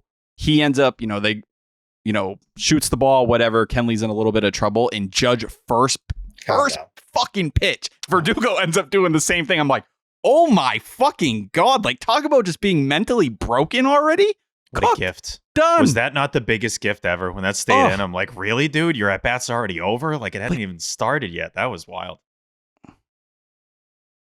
Kenley Boys, that's all stay mental. up. Jared is going to find this. I have never seen you this determined to do anything ever. This is saying Kenley was in trouble. It's dumber than the Ben Rice stuff. Coley, I got to tip my cap to you. Kenley. I don't even know if we're jumping ahead or behind anymore, but you were right about Kenley. Oh, you were right about Kenley, and not only just right about Kenley. Right when you said Kenley, but I knew you had something with Kenley Boys. I think everyone else was like, "That's stupid." I thought it was funny from the jump. So credit to you with Kenley Boys. Coley that's the last word Steve will ever say. He just died. That was the last thing we'll ever hear from Steve. I was going to say, Steve's definitely saying something nice about me right now. Can't wait to hear it. It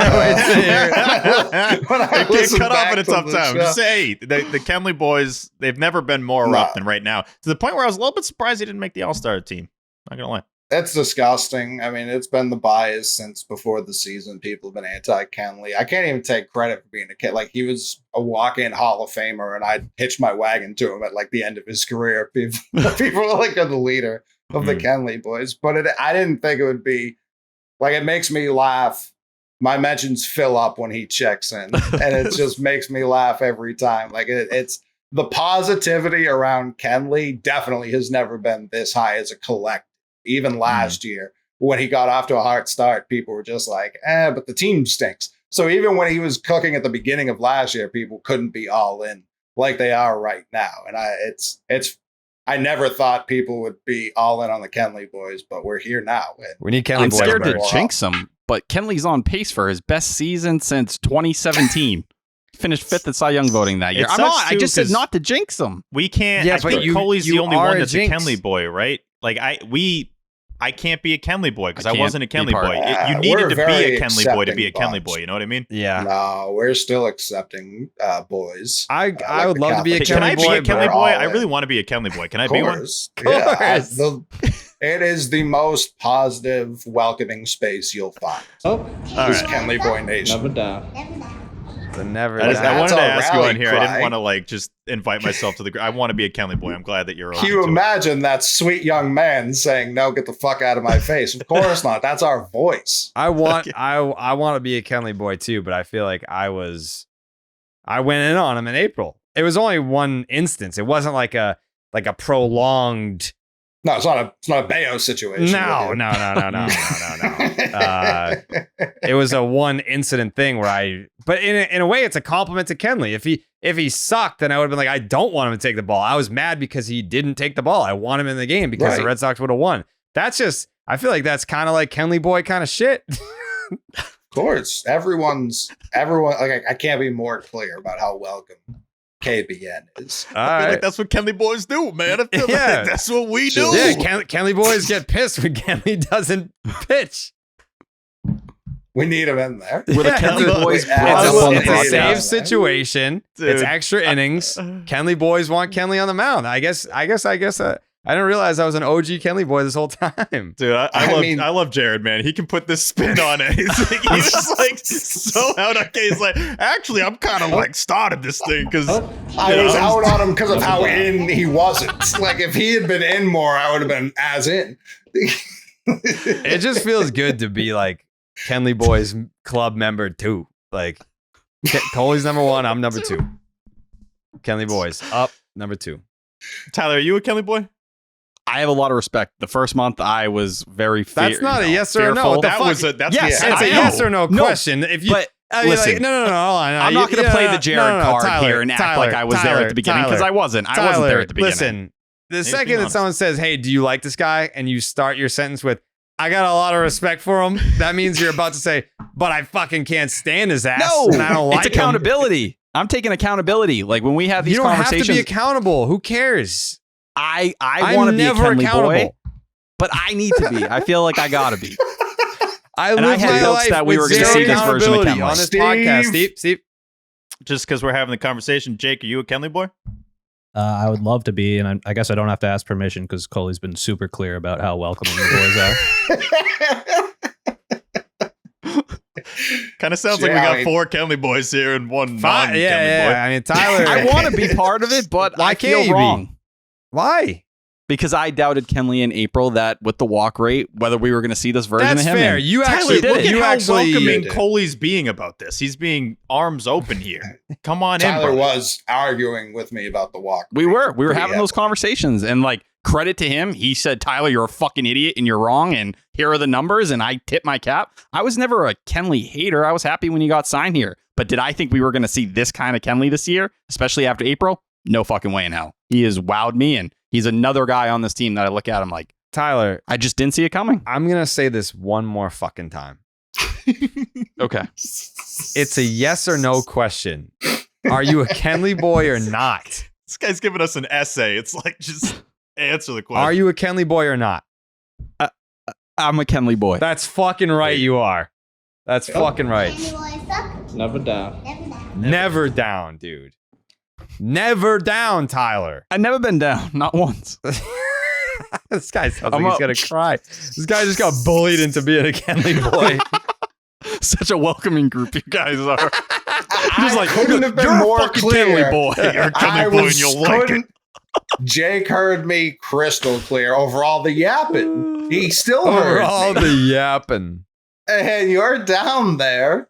In my view, I don't know where you are in everyone else's box. You're on the fucking bottom, just being like, well, I don't know. And now you're saying we forced you. No. You made This an is a adult you thing. decision It's a you problem. to become a Kenley boy. I want I to said be here. the door is open. You said, can I build a door, please? Yeah. I just don't want Kenley to one day come to the Kenley boys and be like, the fuck you doing here? I remember you.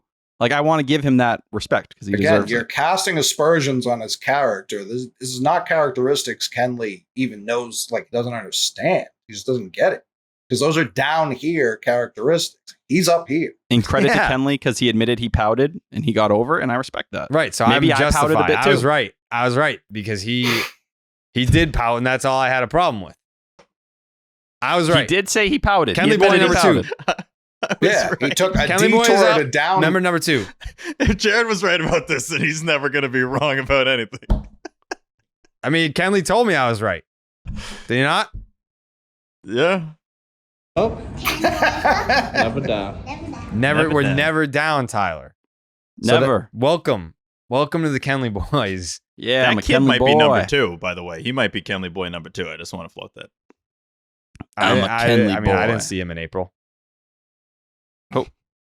I don't know if he was born yet. I think he might have been born in May. Yeah. And he was just like, I'm all in on Kenley. He was a Yeah. Kenley boy as soon as he could have been. Yeah. Like, Yeah. in existence, yeah. Yeah. He was wearing a Kenley boys onesie when he was born.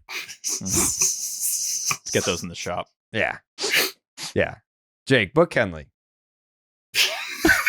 I want to talk to this guy. He's got to know about the Kenley boys. Like, can you imagine Every- Fenway Park like just rocking during a playoff game and you got Kenley boys signs in the crowd? Like, not even, I don't want Coley. I don't want the one dude holding a Kenley boys Sure. sign. I want in the bleachers, someone's holding the K, someone's holding the E, someone's holding the N, Mhm. and we just go right across Kenley boys. Maybe we'll give them to the K-men. They got one letter. Yeah.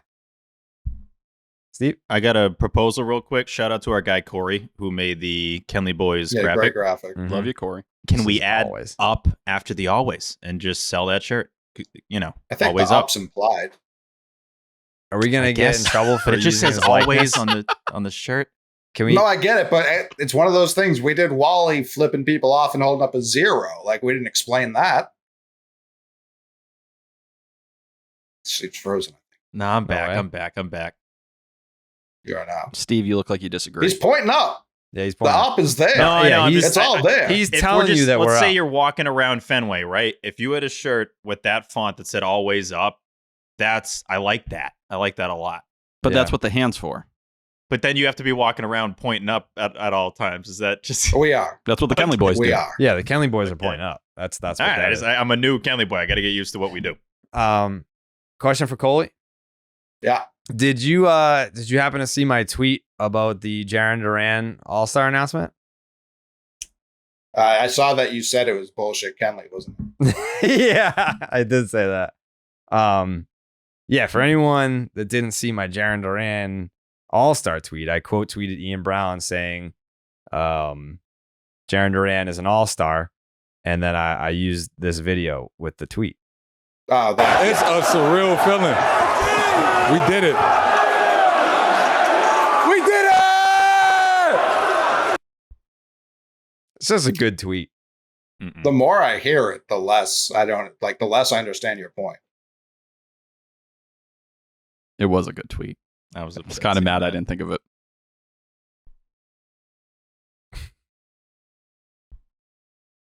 Are you tweeting out that it was a good tweet? Am I tweeting out that it was a good tweet? Is that a real question? He just replies to himself. Yeah, you cooked with this. Yeah, I've done that. This tweet was flames, bro. Yeah, Bangzilla right here. You got to acknowledge your own greatness if nobody else will.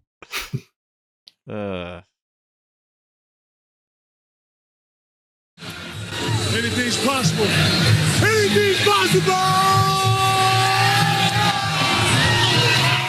It's the same thing. It's crazy you prefer the paid advertisement over the real thing. I That's want just Kevin what's Garnett weird. to get paid. Sorry, I like Kevin Garnett. Yeah, no, I like that JT did it for the streets. I did it for the tweets. Terrible. Folks. Awful. Bar. Sneaky Folks. bar. Sneaky bar. I'm staying. Hey, you know it's a good sign when I'm saying it's a good bar. Thank you. Yeah, that should make you really. Tyler knows bars. There's one thing They he don't does call know me it's Tyler bars. Millibars for no reason. Tyler Millibars. That's what they call me, baby. That's Baby. a candy Ooh. bar that was sold in 1914 and only 1914. It didn't even make it to 15. Tyler Millibars. Walking down the street in Brockton, Millibars. Hey, little wave to the crowd. All right. It's a crowd. It's a crowd. The mob. Red Sox lose 112-7. Yeah. Yeah. Shout out to my guy Winky though. He battled. He did battle. I want him to stay here. You know? With Weissert not looking very great, but they don't have any starter depth. But if you go out and get an arm, go find a number 4 starter, Criswell spot starts here and there, that seems like a pretty good situation to be in. Yeah. And you hope Dick Fitz can help in the second half. You love Dick Fitz. Everyone knows that. He's about you. solid. Yeah. Game 3 of the series was Kutter Crawford versus Luis Heel. Luis Heel dominated tonight, just wasted his fucking time. I mean, he could have done so many other things with his time than be out there pitching good. Because that, again, I mean, the Yankees offense did absolute dick. What did the stats say on ESPN? That was the first time that they got shut out since April? Yeah, they got shut out 5 times in April. And then never again until tonight. Correct. What a bunch Kutter of losers. Crawford. Sarah Langs had the stat. This is fucking ridiculous. Kutter Crawford's 40 pitches are the fewest by a pitcher through 5 innings pitched of a game since May 30th, 2017. Ivan Nova. And he had 38. Ah, damn. Ah, damn, them boys look good out there. It was crazy because Heel felt like he was dominating and Crawford was somehow pitching better and it didn't.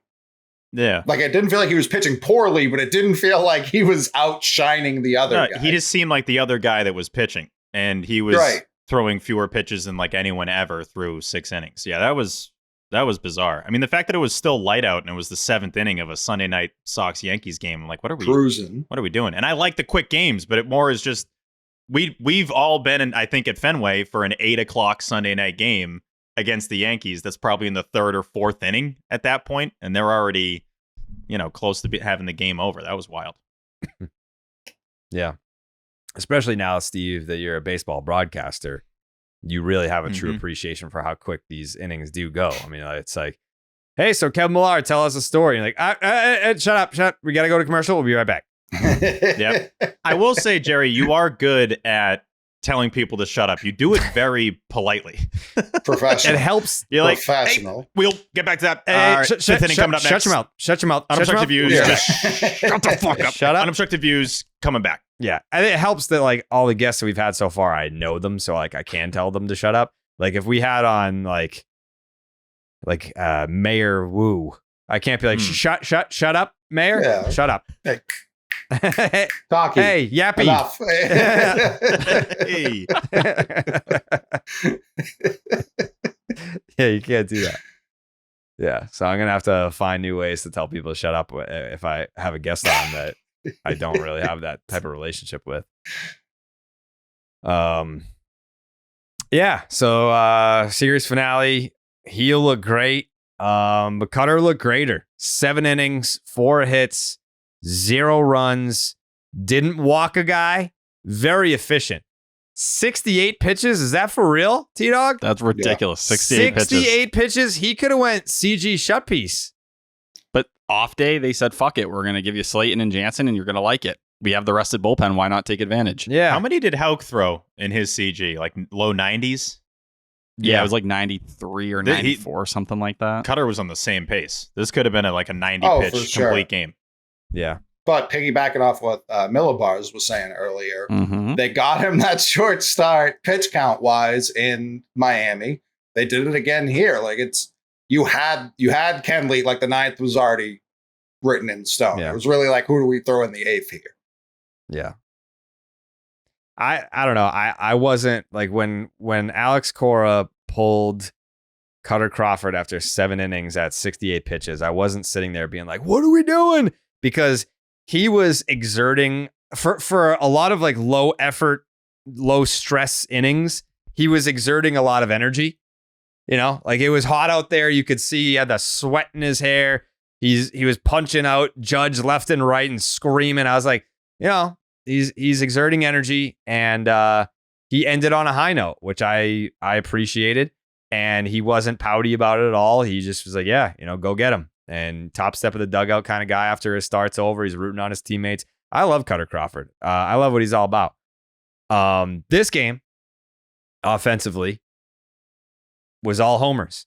You had Raffy go out there and put one right over Verdugo's head, who, I mean, you know, could he have made the catch? Could he have not made the catch? Not for me to say. Could he have tried to make the catch? Absolutely. If they were like, tweeting me, there was a video. They played the Reds earlier this week. Jonathan India hit one 700 feet, and he tried to like backflip off the top of the wall to catch it. And it's just like, yeah, dude, that was like 4 days ago. What are you doing? If you had 100 versions of that exact ball that Raffy put out there, I think Verdugo put out the worst attempt of 100. Like, I know we already talked about it, but that was just. I mean, Raffy was convinced that was gone. I'm like, dude, you gotta get moving a little bit here. That thing barely made it, but credit to him. He knows what a home run feels like. Also, shout out to Raffy for I heard this on the broadcast, saving his 1,000th hit for Garrett Cole, and then homered after that. That was cool. They did those backwards. You should have done the homer. I agree. First, and then the single later. But you got to start the next 1,000 off with a bang. Right. Devers homers. Then Cedon Rafaela hits another one, an absolute piss rocket to left. When he gets one, he gets one. Like, I'm trying to think of like in my head of like who, huh? No cheapies. Just saying no cheapies. He reminds me of Doug Mirabelli. Yeah. He reminds me of Doug Mirabelli a little bit, where it's like he's gonna hit you 230, but when he barrels one, you're not catching it. You're not. It's just he's gonna swing out of his ass because that's what Dougie does, and that's what Cedon does. And when they catch it on the barrel, see you later. That's gonna be a homer. I mean, both homers he hit in this series were the first time he had done either, if I remember correctly. Dude. This was the first one off a Kutter. Like, I think his second hit all year off a Kutter, but his first one that was actually hitting the air. And the other one was to dead center, like 430. What was it? Like, he hasn't done that ever. It was crazy. If you look at his spray chart, there hasn't even been a ball in the fucking stratosphere of where he hit that ball. And for him, it was just the perfect kind of situation where big moments. Like Cedon Rafael, the ups and downs this season, if it is a big moment and the RBI total points to it too, I feel comfortable. I just know he's going to kind of live up to it. And like, that's such a weird feeling to have for such a young player that's still trying to figure it out at the plate, but it's a really good fucking feeling. And like, you know, I know some people talk about that extension. I don't worry about that extension. I really don't. Because if this is like what he's doing as a rookie right now, If it's just a couple ticks up above this, you're never going to think about that contract once. I'll stop you there. If it's just this the entire time, probably people you're fine shouldn't be with talking that. about. It's an 8-year, $50 million contract. If you ever reference it, you're an asshole. Yeah, Like, I don't know what would be wrong with someone. But even if you were, like, if he's just this guy, like, this has been an average Jackie Bradley Jr. offensive season to this point. Yeah, 11 home runs. Like, this has been 50 super RBIs average for that. pre-break. Yeah, I mean, like that. Jackie never did super that, I don't average. think. Jackie wasn't doing that. Look at the 30 game hit streak season. That was probably better than this. But other than that, I'm saying like the whole of his career. If he was doing stuff like this, I'm sure Tyler's going to point to like his walk rate or some shit. Like I'm just talking about the swing and the player and the impact. All that's pretty much average. If he's this guy playing this defense, you're going to be thrilled to have this guy on your team. So look, let's just do it here. My favorite JBJ. thing with Rafaela is that he's not. Oh, go for it, Tyler. Oh, I'm sorry, Steve. I didn't mean. I think that was internet more than anything. But JBJ, 9 years in Boston, it was a 91 OPS plus. Ceddanne Rafaela going into tonight, so the homer hasn't counted yet. He had an 86 OPS plus this year. So let's say it's up to 88 or 89 going into tomorrow. Kind of right there with what JBJ was. Now, you had some better JBJ years, 15, 16, 20, where he was a well above league average hitter. But I don't think Rafaela, hopefully the dips aren't as low as they were with JBJ at times. But yeah, they're not really that different. They just do it differently. I think with Rafaela, you see there's more power potential there. There's a guy who should be able to pop 20 without even thinking about it. You know, JBJ, he did have that 26 homer season in 2016, but that and 2019 were the only times he got to that total. The other years were like 17, 13, 10, 7, but that was 2020. But you can see that there's a similar pathway there. I don't see why not. And he can play short. Jerry? Not to change subjects so abruptly, but can we talk about how David Cohn was like, I have COVID, and they made him call in? Like for more than like half an inning, dude. They were like, "Hey, we're gonna go through the commercial break." Through like the fucking dildo burgers like speaker. Yeah, that was the worst mic ever. He is just like, I tested positive for COVID, but we can break down the Luis Seal start here, the 2-2. It's like, dude, just let him rest. Why just take the day, brother? Like, yeah, what are you doing here? He probably has like 105-degree fever, and they got him calling in. Like, let Coney sleep. Go take a nap. Also, no disrespect, but who at home in the 7th? Where the hell's Coney? I need at least a half inning of Coney here, or else I'm going to lose my freaking mind. And they couldn't get him on Zoom. Like, it had to be a legit phone call, like they were holding it up to the mic. Whether he just Zoomed on his phone, there were better options. But no, it sounded like he was on a fucking landline. I did want to add real quick on Rafaela that to me, he's like not he's not a rookie. I don't know. I don't look at him as a rookie. The way he is literally a rookie. But I don't look at him as a rookie. The way he's playing defensively, the huge hits he has, the RBI total stacking up here. And the JBJ thing to me is just not going to be a discussion the further we get into Rafaela's career. He's hitting 350 in the last 3 weeks, and it feels like even better than that. I don't remember Rafaela's outs. Like, maybe I'm just like missing him or something, but like I swear he gets on base all the time and saves his biggest hits for when they matter most. So I think credit to him. He's doing literally everything. Was there an at bat? He had one bat at bat this season. Yeah, swung a pitch at his eyes, the bases loaded. Yes. Yeah. But the fact that he's already having these huge at-bats this fast, like earlier in the season, I think we were all pretty accurate in saying, he looks a little overmatched, swinging at pitches outside of the zone. Now it's a completely different guy in the bottom of your lineup. I love that back-to-back, that Rafaela Duran.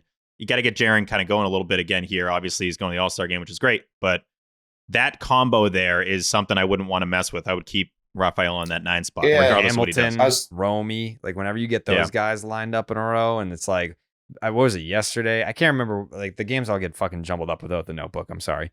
But there was one, I think it was like Duran was on first and Hamilton was on second, and I think Romy was at the plate or whoever it was, a combination of those 3 guys, like first, second, and at home plate. And you're like, man, like this can't be fun for a team. Like Trevino is sweating bullets back there. Like, please, I have a family. It's the bottom of the lineup, right? It's like I'm supposed to get a little breather here, and these guys are just flying around the bases. That has to suck. Like Trevino's like high school unretired his jersey after that game. When I see Raffy or Rafaela, they're like, get that shit off the wall. We can't have people thinking that this they motherfucker had a whole announcement for it too. We've gathered you all today, the same people that were here for the jersey retirement, to say that thing's coming down. So they have like a lowering ceremony. Yeah. At least take the nameplate off. We can have 41 up there, but take the nameplate. It could be any 41. They play sad music and they're just like bringing the jersey back. Yeah. They're like, wait, how many? 9? Get that fucking thing down. Get it down. Get it down. 8, we could talk. 9 is. Yeesh. They're gonna pull our funding. They're gonna pull our funding. As a team this year, the high school stole 9 bags for the season. What was the high school name again, Jerry? It was Galapagos High. Yeah. Yeah. What was the mascot again? Oh, it was a beaver for some reason. I don't know. They're definitely not. The tortoise was getting extinct in the 90s, so they pulled the trigger early. They said, let's get a beaver in there. We can't have a dead mascot. Right. Yeah. The Galapagos Beeves. They had a hell He of was the only one retired too. So that sucks. Like his jersey was just sitting up there by itself and they had to bring it down. Yeah. It's been up there for so long. It's like there's just like a big square on the wall because the rest of the gymnasium, like the bricks are a different color because they've been beaten down by the sun, the Galapagos sun. Go Beavs. Yeah, go Beavs though. I mean, that's a hell of a ball. A great program. They've been a great program for a long time. They don't win a ton, but they're just nice people. They play the game right. They play the game right. Blue collar. Competitive spirit and Biggins, that school. Yes. It's Galapagos Islands. The Beavers.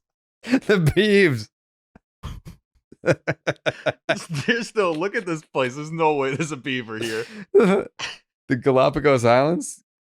Where is that? They got beavers. Type in Galapagos Islands. Tell me there's a beaver there. Big beavs. They're in Ecuador? The iguanas would have made so much more sense. Yeah, well, it's the fucking beavers, dude. Yeah. Yeah, I don't know what you want from Yeah, they got a ton of iguanas there. You're yelling at Jared like he named them. Right. No, it's not. No, again, I'm yelling at Galapagos High.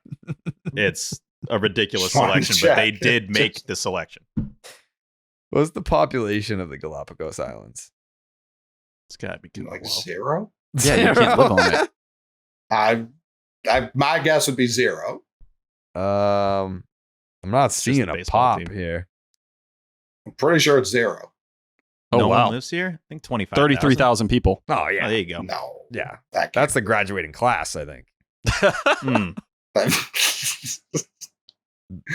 It's a 1-year high school. It's senior year. Year in and year out. Yeah. All 33K. And you have to play baseball. Oh, dude, that sucks. They gathered the whole town to this ceremony to be like, we're bringing the jersey down. And he obviously didn't show up because he's like pissed about it, but it's like, what are you gonna say? What are you gonna say? Mike, you allow 9 stolen bases and your high school wants to unretire your jersey. Well, he can't keep dodging this. I know he skipped the post-game presser on Sunday because they were going to ask him about it after Sunday Night Baseball. It's like, come on, dude. Right. Anyways, go Beavs. Yeah. Here you go, Beavs. On that tail. Go Beavers. Hey, big Beavs. What does a beaver even sound like? They fucking pound that tail. Yeah. Thump. Yeah, they're slapping. Yeah, beavers are slapping. Platypus, like. No.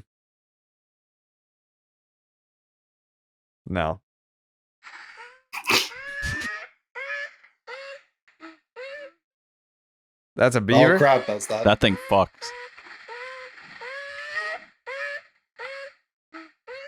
That's a beaver? Right. That's a beaver, apparently. No. Yeah, that's what a beaver sounds like. They're slapping tails. Mm-hmm. You ever see Angry Beavers, Tyler? No, we already had this discussion. Fucking idiot. I'm sorry. I mean, Angry Beavers is probably one of the best Nickelodeon shows to ever do it, but they don't get the same love as Rugrats and SpongeBob. Obviously, was generational, but like if SpongeBob was like the Mike Trout of its time, like Angry Beavers was like Lance Berkman. Just like no one talks about Lance Berkman, but like go look at the numbers. Numbers are great. I'd say Bobby Abreu. Carlos Beltran. Beltran, I think, Beltran's is going to the Hall of accepted Fame. more of a. Yeah, I think he's more accepted as a great. Bobby Abreu was a great that no one cared about. Lance Berkman, I'll have you know, finished 5th, 3rd, 7th, 14th, 3rd, and 5th, and then 7th for MVP. Like, that's like you're a fucking top 10 player in baseball a lot. Yeah, Angry Beavers is the Lance Berkman of its time. Just no one talks about it. No one even realizes how great you actually were. You never come up in debates about the greatest of all time, obviously, because you're not. But hell of a fucking run. No silver sluggers for Berkman's pretty surprising. Yeah, I mean, the dude led the league in doubles twice. Not a one. Yeah, he's got multiple He was in a 40 tough plus time to be homers. in the NL.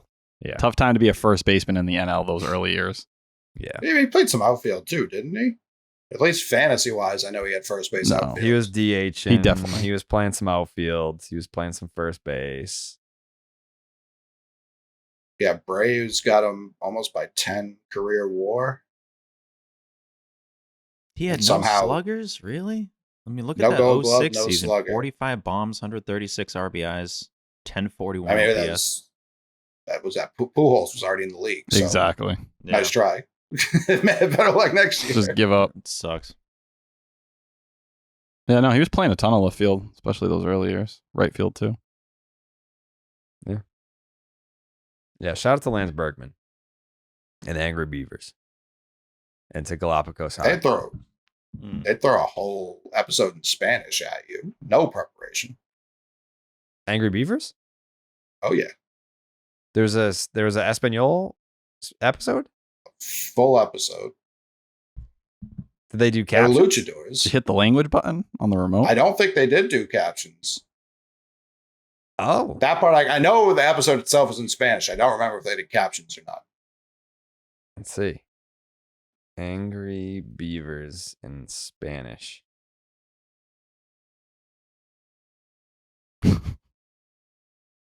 Characters in a Mexican wrestling film? Does that sound right? Yeah, luchadors. That's what I just said. Oh, okay. That makes sense. Wow. El Grapadora. I took 7 years of Spanish. Did you? Yeah, they kicked me out. I was going to say, I don't know that it was because you were passing every year. No. They were done with me rather quickly. How'd you get kicked out of Spanish? Yeah, so I took it 6 in 7th grade, and then I showed up on 8th grade, and they were, looking back at the numbers, and I got a 15 the final term. So they sent me to ELA class for a year, and then in 9th grade, I had to pick it back up when I went to high school. You were like the Jackson Holiday of Spanish Basically. class. They were, dude, I remember I showed up, they had me sit down in the class the first day, and they gave me the finger, come over here, they're like, you're not cutting it. That's not the and I'm finger. like, all right. Well, no, but the, whatever you call that. Gooch itcher? Yeah, exactly. The hook. But yeah, so ELA. Okay. Come with the Yama. See. When Rafael doesn't get that hit early in the game, it's because I know we don't need those runs. I don't even get mad at him when he doesn't come up in those spots. He knows when we need runs. Like tonight, he gave us that little cushion. He's like, listen, I know Raffy's probably going to hit one more. I'm going to add one here just until we get to his next at bat. He's just a smart player. He knows that he's got it. It's like it's in the bag for him. Like, yeah, I'm gonna have a big at bat. I'm gonna get the hit, and you should all expect it at this point, even though I'm a rookie. My brother Dan, writer for Mass Live. Fuck yeah, dude. Mm-hmm. He might be the writer for Mexican Times because he's in Mexico for a bachelor party right now. He texted me this tonight. I wish we had access to the Spanish. Just speaking of Spanish right now, the Spanish broadcast. This was the call on the Rafael homer. Why wouldn't you text it to me, you fucking idiot? I'll text it. I'll text it to you. Okay, I'll text it to you. Yeah, let me hold. This isn't fucking ITM. You're not just holding it up to the fucking mic. Whoa, hey, that's what you dipshits did. You fucking hold it up to. No, I'm not taking a suspension for that. You're acting like we wouldn't do that in Section 10. Yeah, but we have the technology. We have the technology. I think, you're coming on too strong. No, here. I'm not. Hi, Joey. No, I tossed him, Steve. Hi, Joey. What's up, Joe? Not getting tossed for that. I tossed him. That's not no. That's not a knock on Joe. That's a knock on when you would do your podcast with Joe and you would fucking hold it up to the goddamn mic. we put it up, but you're acting like you're above that. You would do that. You used to do that. But we have You the did it earlier this technology. episode. We have the We don't have- we Hey, have sorry, the we didn't have a ability to soundboard. give our listeners quality audio, and you're holding it up to the I texted microphone. you. All right. It's still May I going. offer an idea? I don't have it. I think you should suspend each other and both go on a Nope, suspension. I'm not going anywhere. Where? Nope. Yeah. That's a great way to get tossed yourself. Yeah. Nope, it's not, Talking Coley. like that. Just went through. Talking like that. Oh, here it This is. is the Spanish. This is from Dan Peralt. Dan Peralt, Straight from Mass Live. Mexico. Today was Mexican times. Yep, this is from Mexico. Rafael, a home run.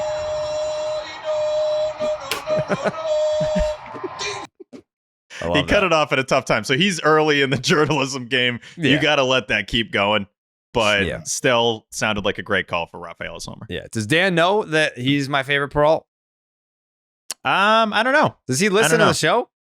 He does. I think he does. Well, yeah. So he should know then. Yeah. I just don't know if he's caught up. Yeah, I mean, I've been saying it. you've been saying it. Yeah, it's not like it's just this year. You were saying it earlier too. Yeah. You've been saying it for years. I've been had saying it. Mm-hmm. Yeah. Like, come on. Come on. Now we finally arrive on Rafael Devers' second home run of the evening tonight, which was just laughable. Like, that's when you, like, you know, there used to be times, even when the Red Sox were great, where it's a 3-run lead in the 9th inning and you still just don't feel comfortable, right? Like, we've had great closers, Koji, Papelbon, Folk, some all-time great Red Sox closers. But there was just something about Yankee Stadium, 3-run lead, and you gotta, like, I gotta see the final out before I can feel comfortable. Tonight, Rafael Devers yanks a 425-foot home run on a pitch that was 8 miles outside of the strike zone, his second of the night, and it might as well have been a walk-off home run. I knew the game was over. The entire stadium was deflated. They started booing their own players, and you knew the game was on ice by that point. It just has a different vibe, which is weird because in 2018, we kind of dildoed the Yankees, and it was like, yeah, they won 100 games, but they were like our little brother. Didn't matter. The Yankees had a way better record than the Red Sox, who were 500 for 2 months. And the Yankees had the best record in the league. They were already like sizing their World Series rings. And we just go in there and noogie them every time. Just straight up noogie right on the head. And like, there's just no fear. There's no fear at all playing the Yankees. Sarah Langs again, second shout out for it. That pitch was 1.5 feet from the center of the plate. The fourth furthest outside pitch a left-handed batter has homered off of under StatCast. And obviously the furthest outside of Devers' career. And he pulled it. And he pulled it. I've not been that excited in a while to check the game day and see how far outside that pitch showed up. That is the farthest ball I've ever seen pulled for a home run, I think, in my entire life. And that's a Rafael Devers thing. You expect him to be the guy to do it.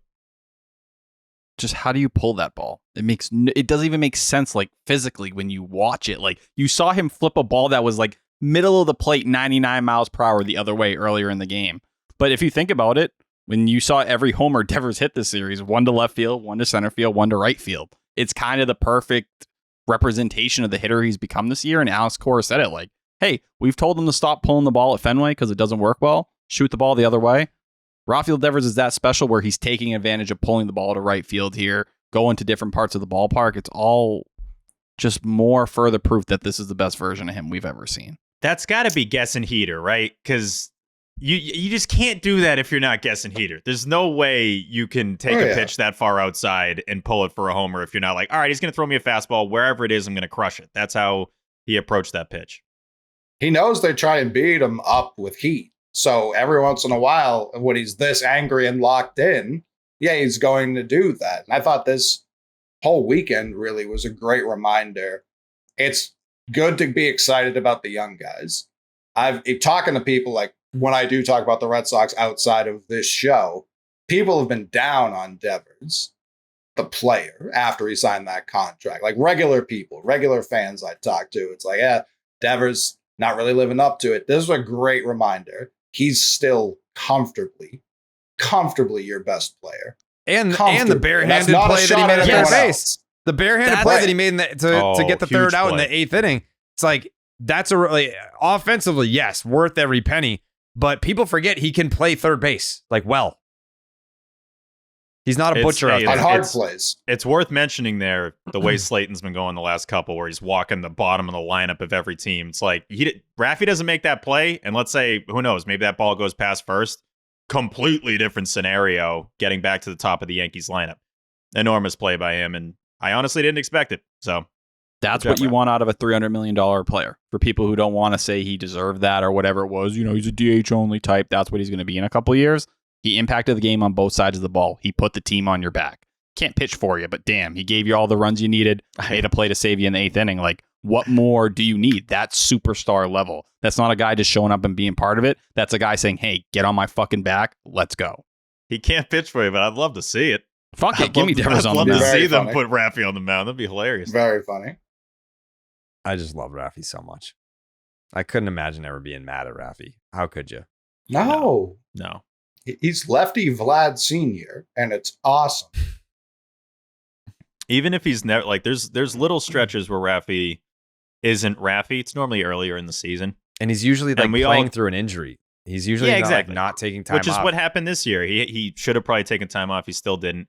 And we all acknowledged, we're not going to say anything negative about Raffy because that makes you an idiot. Obviously, he's going to get going. It happens every year. Mm-hmm. And he gets overlooked because of how consistent he is. He plays fucking 140 to 150 games every single year. You don't even have to worry about it, and you know it's going to be close to a 900 OPS. You don't get that kind of consistency, and he's so boring in that sense at the plate that people overlook those numbers. He deserves more credit for being the guy that every year is going to be that middle of the order bat, because there's plenty of guys in this game who have a rough year or an off year.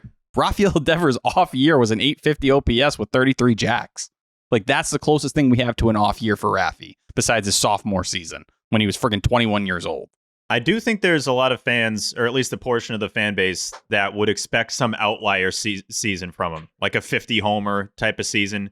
Sure. Not only is he probably not going to do that, but he doesn't have to. That doesn't need to be. If he's consistently a 30-100 guy, and you have other hitters in the lineup like Duran, Rafael, go down the list here, Abreu once he gets going again, then you're fine. You don't need him to be some crazy homer guy. But if he didn't have the injuries and some of the stuff early in the year, he's played 77 games and he has 21 homers. He'd be on pace for his first 40 homer season right now. Yeah. And it still feels like there's more to come. He could still do it. He could. I'll remind people till I'm blue in the face. He leads baseball in extra base hits since he became an everyday starter. The consistency does get overlooked. He doesn't need to have the outlier seasons. Every season he has is everyone else's outlier season. Yeah. He hit 38 home runs in 2021 and then hit 5 more in the playoffs. So technically he has a 40 homer season, but I would love to see a real 40 homer season out of Raffy. It's there.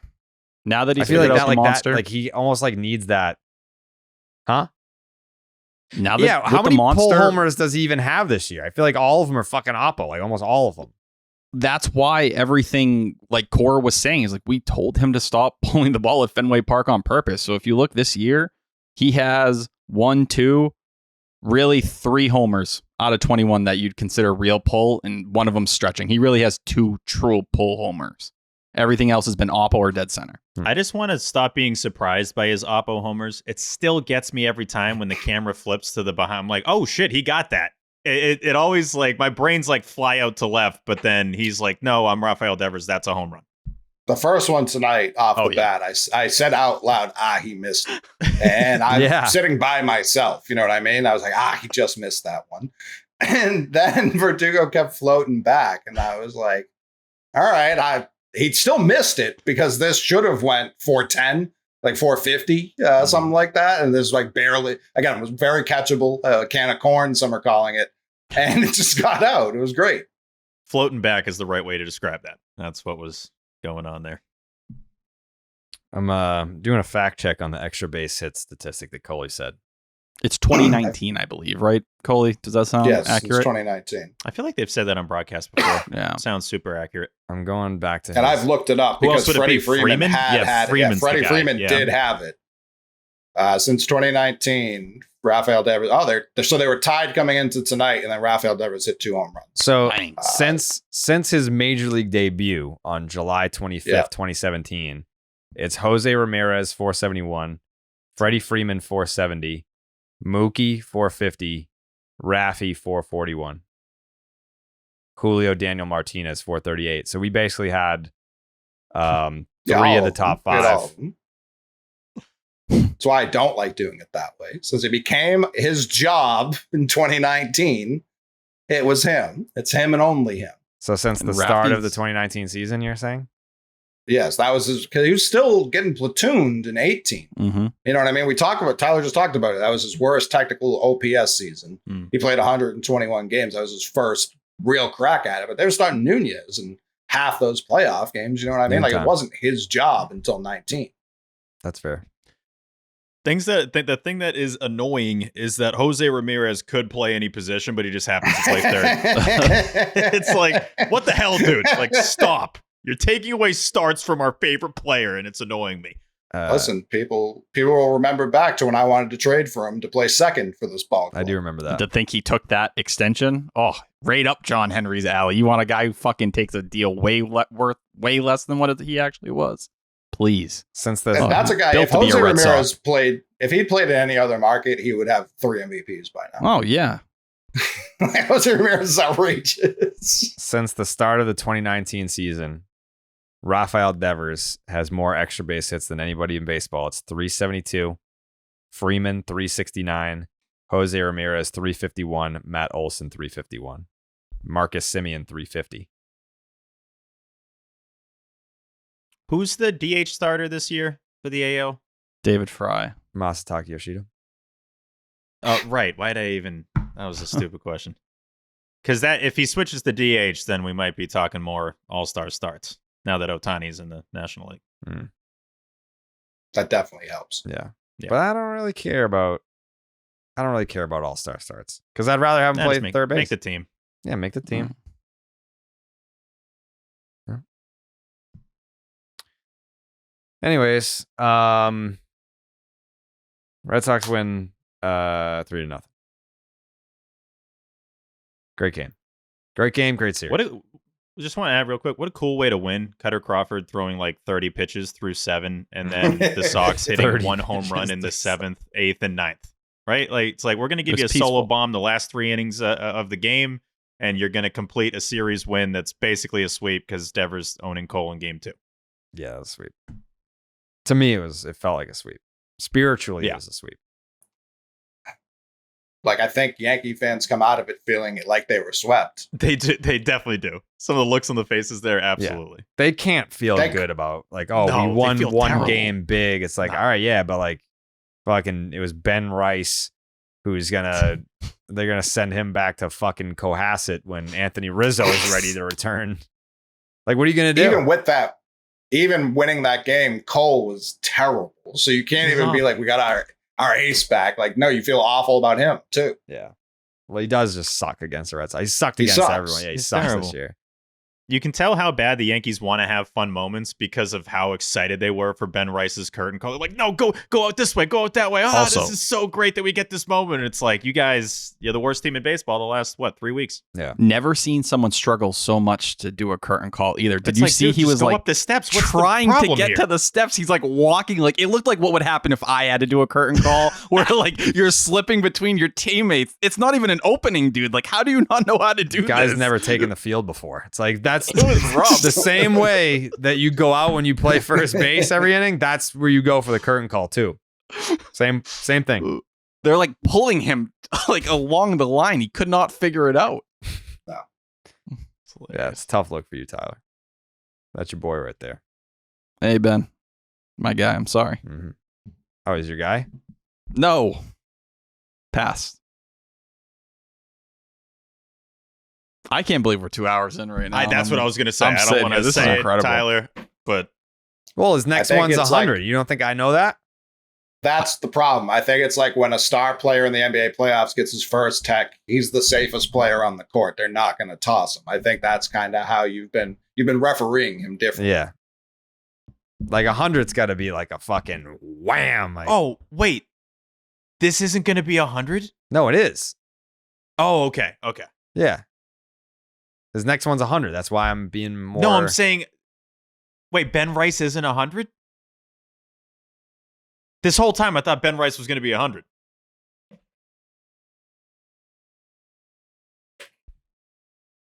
Let's not start pondering anything here. We have Ketchup to give out. Coley, what do you think? If you want the wham moment, you certainly don't have it be a deliberation. No, but also the way that I view this is the Red Sox still won that game. Correct. That's what the score says. So if the Red Sox lost tonight and he was he'd be on suspension. Yeah. He'd be knocking on 200. There would be hell to pay if they lost tonight. For because sure. He was responsible for the loss on Saturday. But in my mind, they won on Saturday and they won on Friday and Sunday. So I'm not as suspension happy as I think I would be otherwise. For sure. I'm in a No, that great definitely mood. plays into it. Yeah, I'm in a great mood. If the Sunday Sox were coming off a loss, that would have been. Oof. I mean, I don't. Oof. We don't know how to lose on Sunday. Steve, what's the record on Sunday? Is it 15-1 now? What's the updated? That feels right. That is right. They got one more win than they had last Sunday. Yeah, just add one it should from be whatever it 15-1. was last Sunday. It should be 16-0. It Should be annoys 16. me. I tried. I tried my best. I know. Me and Jamie Westbrook tried our damnedest. 14-1 BTW. 14-1. Not bad. Yeah. Shout out to Game Time for hooking up Jake with some tickets in Yankee Stadium.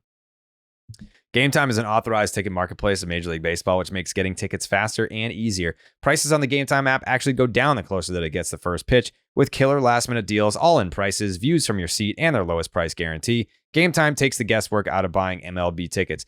Jake, what was your favorite feature when using the Game Time app to get the tickets at Yankee Stadium?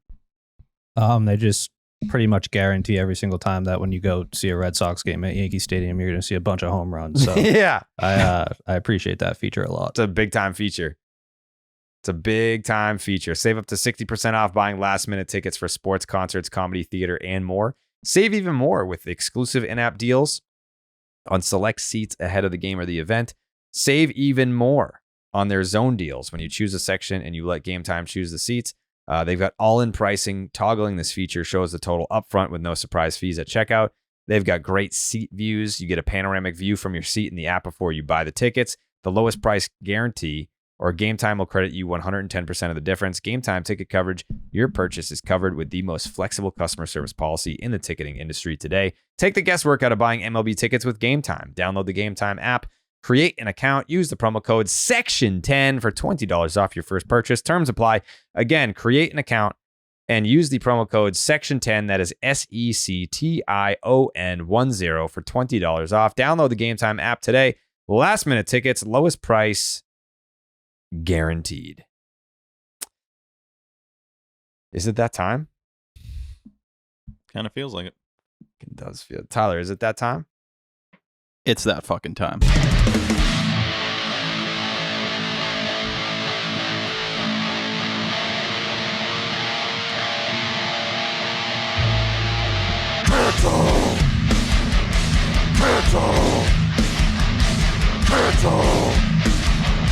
Ketchup Series MVP.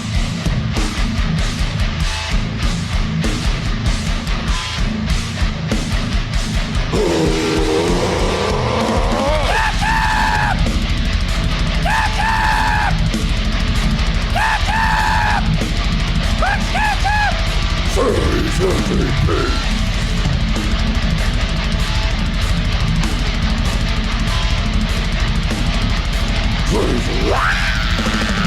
The Clark's Ketchup Series MVP brought to you by Clark's Ketchup.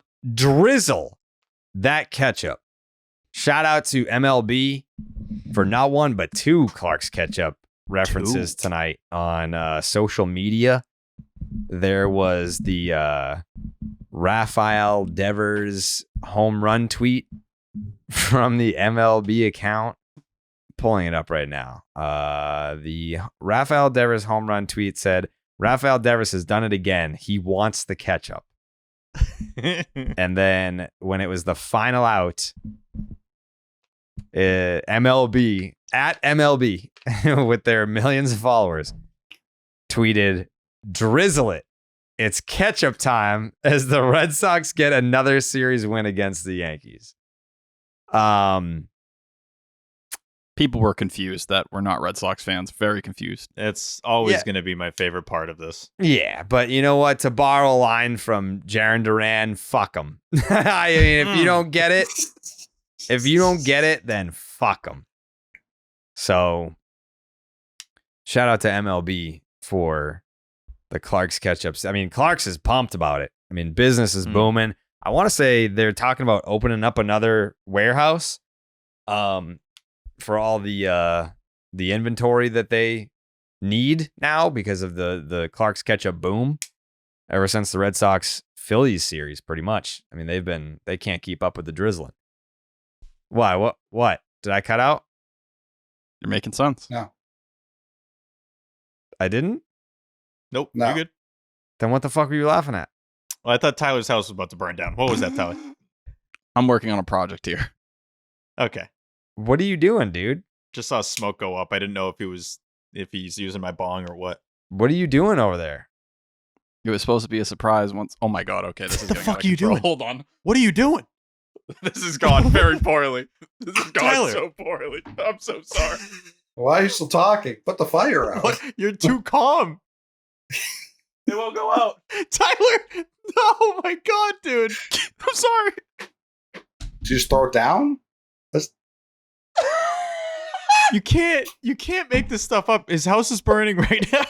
His house is on fire.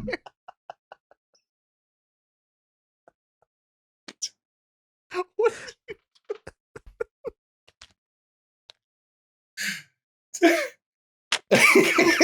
What was that even for? It was going to be a torch for the ketchup. You're like, That's what it was supposed to be. Devers was flaming hot tonight. Up on a plane to go light the Olympic torch. It could have been either of those things. I don't know if he was heading to Paris to go to the Olympic Village. I don't know what was going on. It was supposed to be really special when I put my vote in, and then the fire started way too strong. It was. That was really bad. If we just saw him die, that would have been his entire crazy. bedroom just in flames. Tyler's on Riverside, but he's just burning to death. Like, what do you do there? He's running back and forth, screaming. Yeah. We'd have to be like, all right, well, who do we call for his vote? We got. Tyler, I think you're still with us. Who you got, man? This is your final words. Yeah, this house is burning to the ground. Who you got? Who is it? Oh my god! I think he had Devers. Yeah, I mean, Jesus Christ! Like, I tried to warn Steve. I was like, I never knew it was like this. Yeah, I really didn't. I was like, Steve, this kid Tyler, like he's a wild card. Like he's gonna say some things and he's gonna do some things, and you're just not gonna see him coming. And we're trying to set the stage for Clark's Ketchup MVP, and this kid is stomping out a fire that he started in his bedroom. I got this mini little torch, and I'm just addicted to using it right now. It's after midnight here on the East Coast, and Tyler is just burning it down inside his house. The fumes are getting to me. Mm-hmm. Well, all right. That was a nice segue. Sorry about that.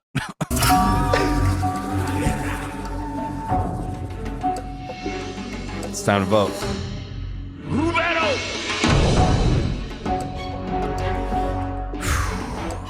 This one is this one's tough. There are a few guys that deserve it. I'm gonna give a packet to Kutter Crawford. I'm gonna give a packet to Kenley Jansen.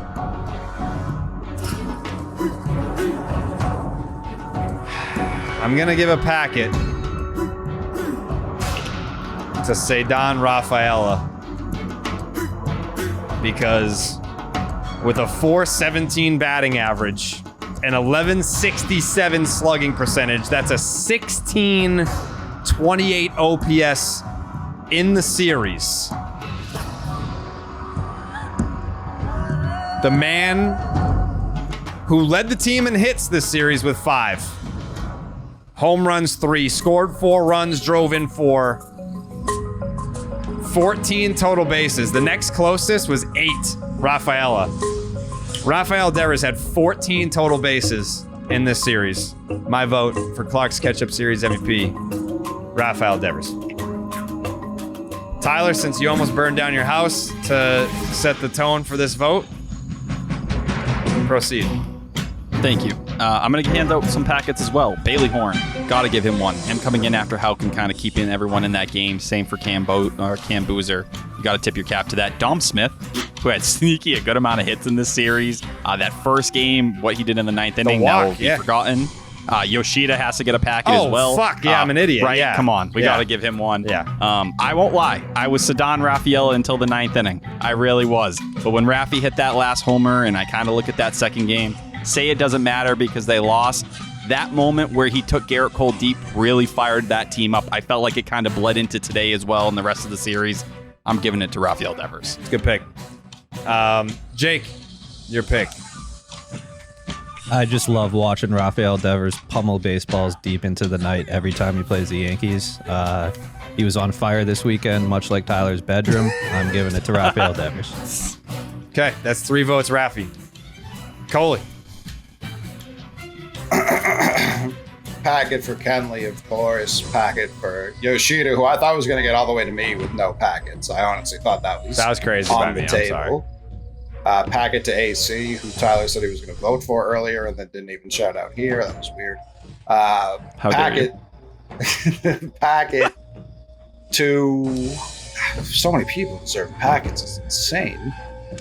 Kutter? Yeah, Kutter was who I was trying to draw. I would love to put this vote to a panel of the people just here right now because I think it's Rafaela Devers. I think that's the true MVP. Wow. I think it's both of them. You don't win the first game without him, and you don't win this game without both of them. So if I have to pick one, I'm going Ceddanne Rafaela. Okay. If I can pick people with Rafael in 99% of their first or last name, that's what I'd prefer to pick. Coley, as my hat brother, because we do share the same hat, I guess you could make the case that Ceddanne Rafaela, while that homer was nice today, you still do win without him. Sure, you definitely don't win the first game Agreed. without him. And Raffy, I know we're counting game 2 as a win. I wasn't. So that's where him leading the series in hits does little for me when Rafael contributed to both. It's fair. That's 3 votes Devers, 1 vote Rafaela. Steve, your pick. 28 career home runs against the New York Yankees, more than any other team that he's faced. He has a near 900 OPS in his career against the Yankees. Unlike Aaron Judge, Rafael Devers does what the franchise player is supposed to do against their biggest rival, and that is dominate them. I will say, even though Rafael Devers is my series MVP, I want to give Kutter Crawford one of those, like, 8 home runs against Garrett Cole. 8 home runs against Garrett Cole. 8 against Garrett Cole. You know the ketchup pouches where you, like, rip the tab off and then, like, squeeze it out? They're a little bit bigger. Yeah. I am going to, no free ads. I am going to give a ketchup pouch to Kutter Crawford because I'm not going to lie, before that second Devers homer, I was going to give it to Kutter Crawford for what he did in this rubber match here. I heavily considered as well prior to the second home run. Rafael Devers, though, I mean, it's hitting that pitch that far outside, pulling that for a home run, doing it at Yankee Stadium. It's so hard to do that when everyone thinks you're going to do it, which means it's worth double to me. He is the series MVP. I have good news for everyone listening right now. Because Will Fleming's on vacation, yeah? Did he? I didn't listen to the booth tonight. It was Lou and Joe. Okay. It was Lou and Joe. So the bonus surprise for everyone is we are getting audio submissions from both Will Fleming and Lou Merlone. Shout out TC as well for his video submission. Well, we're And going to get cleaning to up that. the green room. Yeah, we'll Yep. get And to cleaning where I sat specifically. Yep. I think we all knew that. that. First vote from the panel. OB says Mr. Devers, please. That is 5 votes, Devers. 1 vote, Rafaela. Jemai Webster. Rafael Devers. Nice 2 games to bounce back from his Game 1 effort to carry the club to a series win, playing like a 3-time All-Star. Defensive play of the game here tonight to boot. 6 votes, Devers. 1 vote, Rafael. Will Middlebrooks. Give me Raffy. That pitch was a foot off the plate. Insane. Honestly, don't know if we've ever seen anything like that. It's hard to hit that out to left, and he pulled it 420 feet. 7 votes, Raffy. 1 vote. Rafaela. Tom Karen. Devers. All-star mashing motherfucker. 8 votes. Devers. 1 vote, Rafaela. Kevin Youkilis. Devers. 9 votes for Devers. That leaves us with our voice submissions. First one from Lou Merlone. Start spreading the news. I'm leaving today.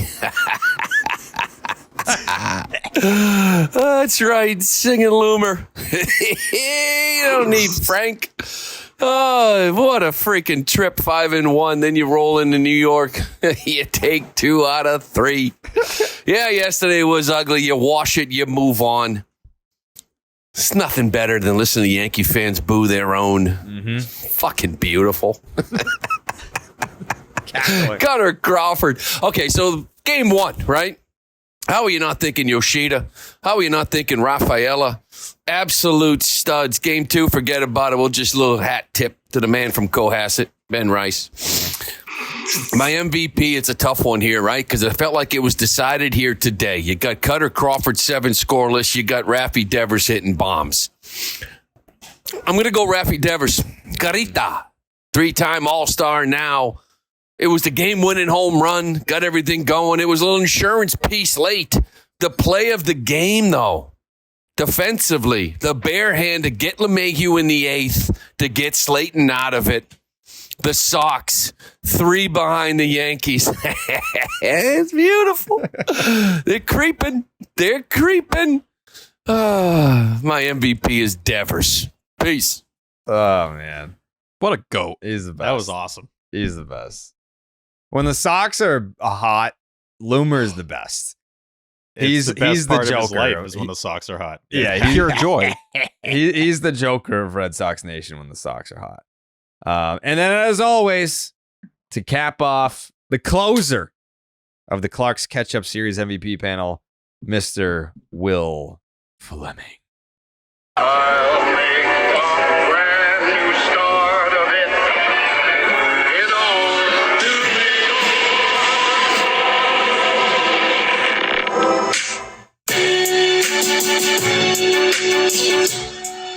Ball game over. Yankees lose. The fucking Yankees lose.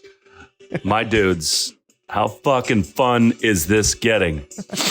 I wish more than anything in the entire world that I was sitting next to Loomer at Yankee Stadium, screaming at the top of our lungs, talking about how Raffy and the Red Sox own the New York Yankees, because this is getting to be one of the great stories of this entire year.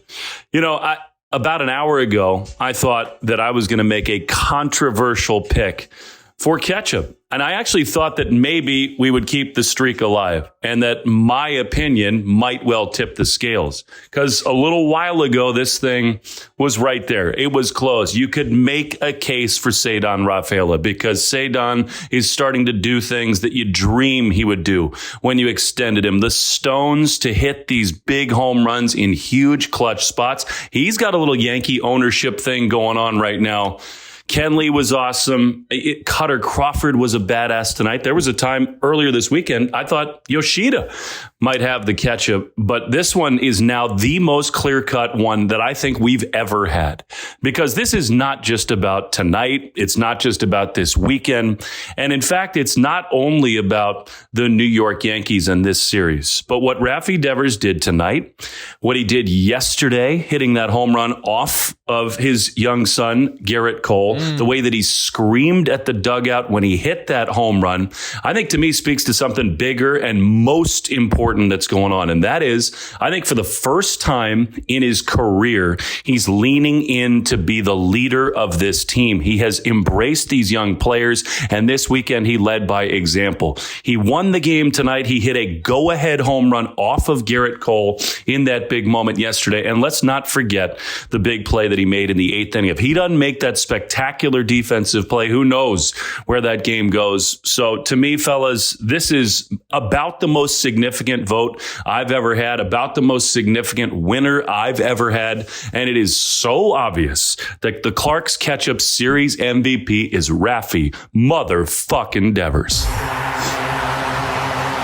The Clark's Ketchup Series MVP for this Bronx series is Rafael motherfucking Devers.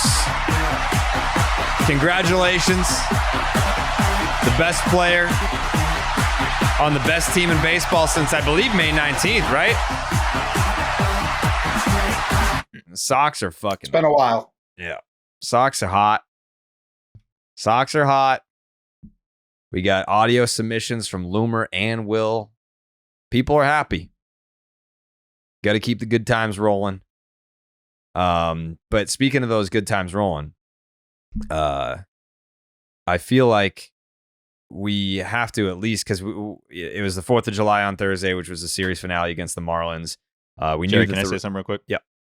I just want to say something real quick before you say that. Kind of stunning. What's up?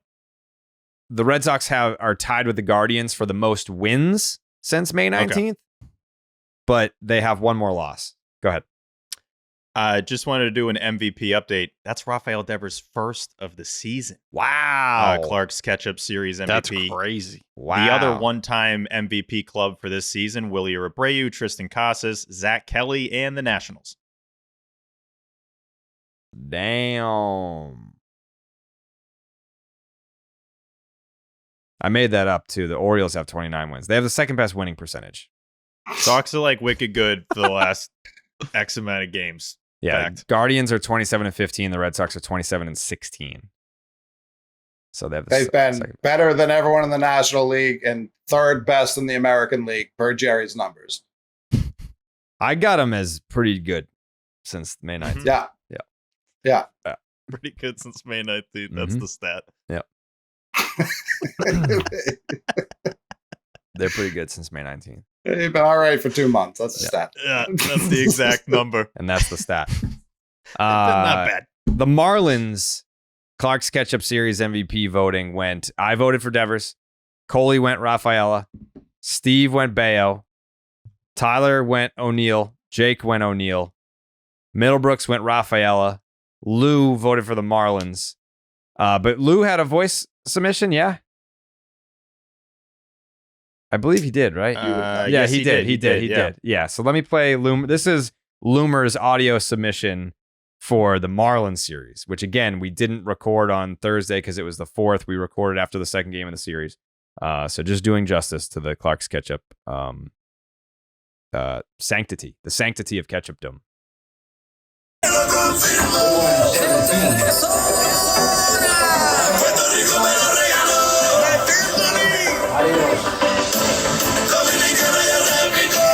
What is up, bitches? No Will Fleming, but Loomer's here in South Beach. Watching the Sox sweep that ass down here in Miami. Yeah, today was a tough one. They had to go extra innings, had to score a couple runs twice. Pavetta was fantastic. Duran's hosing dudes at the dish. O'Neill was great in extras. That's a big win right now as we get ready to fly up to New York, take care of them too. A lot of packets to go around, right? I mean, again, Duran with that throw. O'Neill today. Pavetta today. Fantastic. Yoshida had a nice week. Devers, I thought, had a nice week. And maybe the leading candidate coming into today was Cedar Rafaela. You can look at the whole rotation. Maybe give a packet to Andrew Bailey, turning some things around. But here's my MVP of the series. After watching 3 games high above home plate, seeing the arms that are coming out of the bullpen, seeing the bats that are coming off the bench. My MVP of the Miami Marlins, Peter Bendix, president of baseball ops, Bruce Sherman, the owner. I mean, geez, there's just no hope. I mean, they have nobody in the minor leagues. Their hope is actually in the draft the next 2 or 3 years. That's it. They got absolutely nothing. And for that, my MVP, Loomer, checking in, the Miami Marlins. Peace. Miami Marlins get a vote. TC submitted a video which was very funny. Hey guys, TC here in the green room, and I know the Red Sox won the series, so we got to get to the Clark's MVP, the Clark's Ketchup drizzle and all that. But I couldn't really watch a lot of the game because I spent most of the last couple of days cleaning up the green room after the Section 10 guys invaded this for that alternate cast, unobstructed views. So, it's disgusting in here. Maybe I'll have it ready by the end of the Yankees series. But in the meantime, Rafael Devers drove in the first couple runs in the first inning of the first series, the go-ahead run, game 2. So, yeah, let's go with Devers. Drizzle it, because you guys drizzled and dribbled and whatever. All kinds of gross stuff here. Stay in your podcast studio. Jeez. And as Tyler astutely noted, TC is cleaning the spot on the table where Tyler was sitting. Mm-hmm. Not where I was sitting. Was I dirty when I showed up Tuesday? Yeah. If anything, I looked clean, cut, and cute and cuddly. No. Cute. No. I was dressed business casual, some would say. OB went Tyler O'Neill. Houck didn't vote. Middlebrooks went O'Neill. And Jemai went Duran.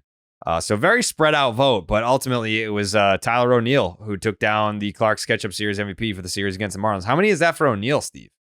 I think that's 4. 4? For Tyler O'Neill. Is he the leader on the team this year? Duran, 5. Yeah, Duran's the leader. 5, right? Or 6? 5. Yep. 5. I'll just get the confirmation on that real quick. Yeah, why don't you pull that up? Coley hated it. Why don't you pull that up? We have... Coley didn't like the pick?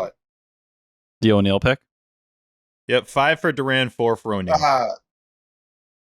Okay. Yeah, I think Rafael is becoming underappreciated by the panel. Rafaela doesn't have any, by the way. Ooh. That's what I'm... Thank you. It was a big spot for him, but I think... let's be fair, Coley. Devers just won his first as well. I think we all appreciate Devers, but... I went on a long rant about how underappreciated Rafael Devers has been by the fan base as a collective earlier in this show. So, yeah. Weirdly enough, like the consistency of Devers, like you talked about accurately, I think prevents him from winning MVPs a lot of times. Sure, it's like, Raffy had a couple homers. Yeah, made a good play. And, it's expected. It's expected. So... I don't disagree, but it's like Rafaela has had so many clutch moments. Not that Devers has not. Rafaela. That's where it's weird. He hasn't had any. Yeah. Are we kind of like not even knowing we're doing it, rookie hazing him a little bit? I think we're giving him the rookie treatment. No. Voting for this guy every fucking week. No one else seems to care. O'Neill in that series was extremely underappreciated, in my opinion. 3-hit game, 2-hit game, 2-hit game, big hit in extras in that last Sunday finale. He won the MVP. How was he underappreciated? But I think in terms of how people were talking overall about Tyler O'Neill, we were talking about Cedar Rafaela more than anyone in this series. I think O'Neill showed up that last day and just kind of stole it. He was just so solid throughout. You have 7 hits. He's getting on base at a 625 clip. He led an average OBP and OPS with the most hits. Upset about Tyler O'Neill by any stretch. I just think Rafaela keeps showing up, doing his job, and everyone's just like, maybe next week, kid. He'll get one soon enough. I always forget that Jeremy is looming behind the scenes of the podcast because if you're not following the account already, it's Section 10 out of context. The account is at Section 10 OOC, and he tweeted a video to like tease some of the topics from the show. And I'm like, how the fuck does this account know what we talked about on the show? We're not done with the episode yet. And it's because he's here. He's just sure is. He's always Dude's among got us. Angry beavers in the tweet. I'm like, this thing's still recording. What's going on? There's white rice, Kenley, one of the Angry Beavers. What is it? Norbert and Daggert, right? Yeah, Norb and Dag, yeah. Yeah. And then a torch, a flaming torch. That's going to be an outrageous, out of context video. In context, it's outrageous. Yeah, it really made no sense, actually. With all whatsoever. context available, it's preposterous. I think Ozark, the show, used to do something like this, where they'd show little symbols of like what the show is going to be about. Jeremy is so next level with this account. Incredible work, man. It is outstanding. Cook Jeremy. Yeah. And it's also because like I believe he has the ability to isolate the clips. So like if someone says something funny, he can just like isolate that they said it and cut out the background fodder if someone's talking over it. And you know how next level it is, by the way, to have all these clips ready for random things that happen. So he has like folders of these all saved for phrases and stuff. It's incredible. Jeremy's the truth.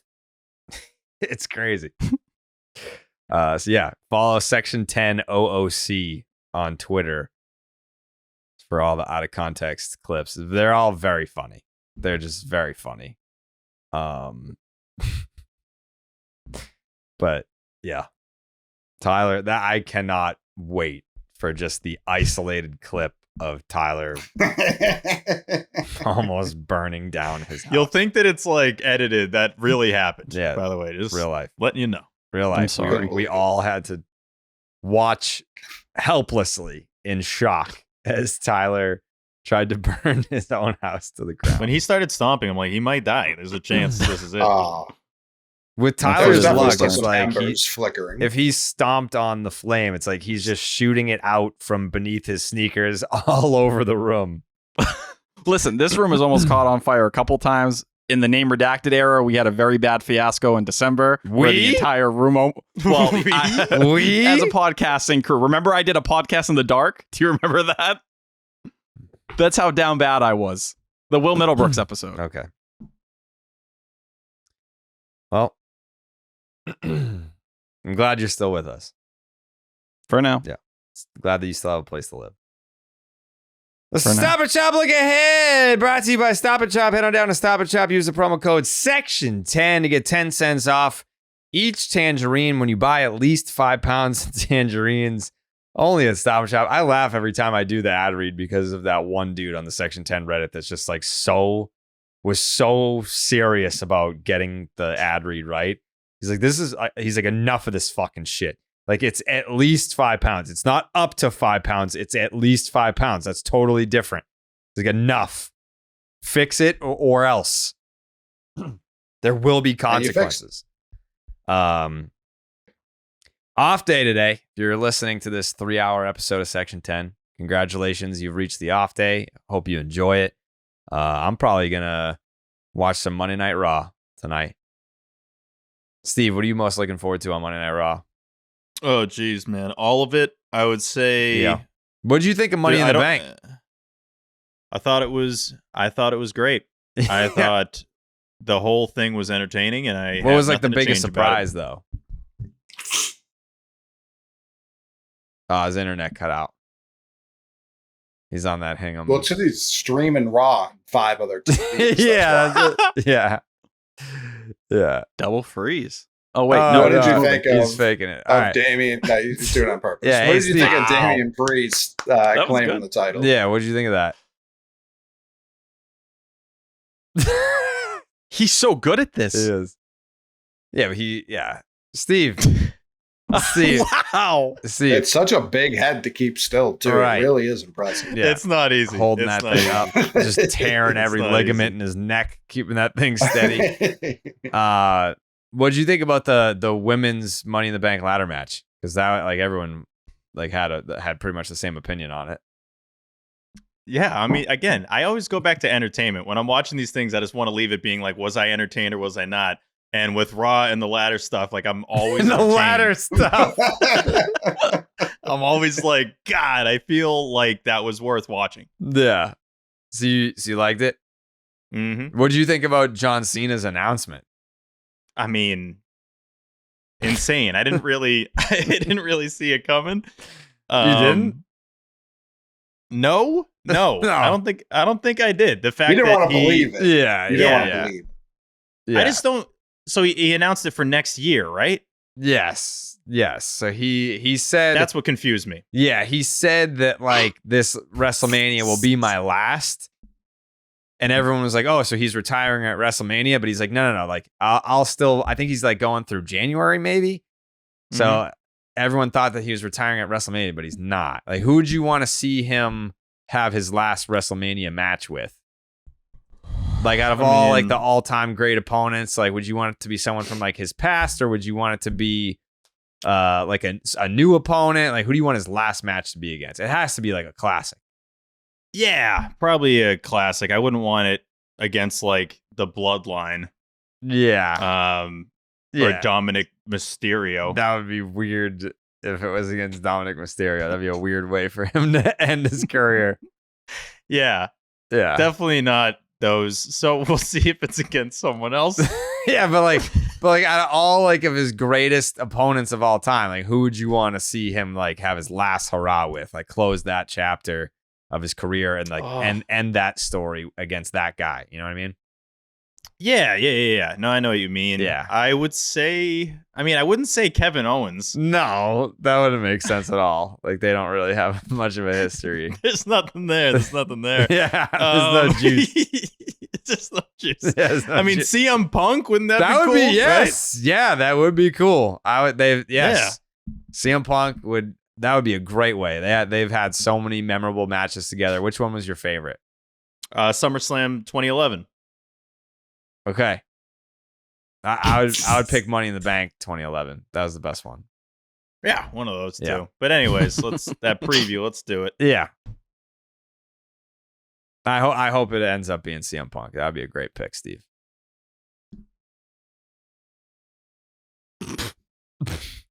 Dude, he's the GOAT. This is incredible. I'd pay to watch Steve do this. I'd pay. This is incredible. It's Brian Bayo versus Joey Estes. It's Nick Pivetta versus JP Sears, who I believe gave up a hit to Marty Mush. And it's Tanner Houck versus Hogan Harris, which, Steve, Hogan Harris is very similar to Husky Harris, which was the wrestling name of who before they became famous? You said Husky Harris? Husky Harris became who? Bray Wyatt. Bray Wyatt. That's right. Husky Harris became Bray Wyatt. Joey Estes. He's 3-3 with a 4.39 ERA, a 1.12 WHIP, and a 7 strikeouts per 9. He's a rookie. He's made 12 starts across 2 seasons. Has a career ERA of 4.82 and a 4.80 FIP. Before his last start, he had a 5.24 ERA. He then pitched a complete game shutout against the Angels. So, okay, he's coming off a complete game shutout, but whatever. His home road splits. Get ready for this, folks. 4 starts at home, a 1.91 ERA. On the road, 6 starts, a 7 ERA, and a 1.56 WHIP. So this series will be at Fenway for the record. He is excellent at getting players to chase, 84th percentile. His sweeper is very good. 136 batting average against, 22% whiff rate. The A's are 5-5 when he starts and 1-5 on the road. Jake, mark this down as a win for me, please. Next up, JP Sears, 5-7 with a 4.74 ERA, a 1.27 WHIP, and a 6.4 strikeouts per 9. He has had a brutal last 6 starts. At the end of May, he had a 4.01 ERA and a 4.36 FIP. His last 6 starts, a 6.51 ERA, a 5.81 FIP, and a 9.15 opponent OPS. This is a win for me, Jake. He has allowed 13 home runs this year, 7 coming off his fastball. The good news for Sears is that he sucks against righties, and the Red Sox are pretty lefty dominant. The A's are 7-11 when he starts. Next up, Husky Harris, 1-3 with a 3.22 ERA, a 1.34 WHIP, and a 7.1 strikeouts per 9. This is not a real person. He has a 3.22 ERA, but a 4.62 FIP to go with a 1.34 WHIP. There's no shot that his 3.22 ERA can hold for much longer. 43 and 2/3 innings. He's allowed 43 hits, 17 walks, and 6 home runs while only giving up 16 earned runs. That's not real. That's very unsustainable. He has a shitty fastball that he throws 59% of the time, and he allows a 468 slug on that pitch. Has a decent changeup. He throws it only to righties, 174 batting average, 30% whiff rate. The A's are 2-7 when he pitches this year, and they've lost 3 straight. Jake, I hate to fucking step on your toes here, but this is a sweep. I'm sorry. This is absolutely a sweep. Do you agree, Jake? Yeah, I mean, scheduled sweep, obviously, for the Sox here. A's are really bad. We're really good. Dallas is going to be talking a lot of shit, so definitely not going to go his way. I got the Sox taking all 3. Okay. The Red Sox already swept the A's this year. They outscored them 15-4 in that series. The only thing that's got me a little nervy is that the Red Sox suck at home this year. That's the only thing. That's what I was going to say. Yeah, it's the only thing. Sweeping the Marlins on the road, you expect. Yeah. The A's at home, such a tougher task because it's at home. Yeah. But if you sweep, you end up getting to 500. And Alex Cora has kind of called that the last key to this year's team putting it together. Huh? Cora's been saying. Oh. Like they're 20 and 23? He didn't say If at you home. sweep- He said, yeah. I know what you mean. I get it. Wait, what? You said if you sweep the A's, you winning get to at 500. home. Yes. He meant Yes, the at home record. I'm Yeah, trying. If he's like, if we just go 500 at home, that would be a funny thing to say. But Cora's been saying, he's like, if we start playing well at home, then it all starts going. Then we get to where we need to go. Yeah. T-Dog, your prediction? Yeah, give me a sweep. I'm not even going to really think about it. Joey Estes, you're not throwing to Maddox again. You got lucky the last start. Good fucking luck to you. This is the new age of Brian Bayo. We're cooking with the 4-seamer. Let's have fun. Nick Pivetta versus the A's. Everyone knows how that goes. 0.71 ERA and 6 appearances against them in his career. Nick Pivetta always carves them up. And then you get Tanner Houck in the last game. Easy. I think the Red Sox sweep, get back to 500 at home, and we're putting more pressure on Craig Breslow, John Henry, everyone, and can't deny this team. We're hitting a new season high, 12 games over 500. Damn. Coley? Yeah, I mean, it's a tall, tough task. And I think they're going to do it. I think they're going to ring the bell. Wow. Sweep.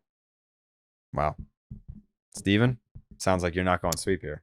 I'm not going sweep. I'm the only one that's going to go 2 out of 3, and it's what we just talked about. The Red Sox at home do not do what you want them to do. They have the highest winning percentage on the road. At home, not so much. The A's are 4-2 this month. They scored 19 runs against the Orioles on Saturday. It's the last chance for Tanner Houck to make his all-star starter impression. I think that ship has sailed, but hey, there's a chance. Corbin Burns is probably going to get it. We'll see. But yeah, I'll take Red Sox 2 out of 3.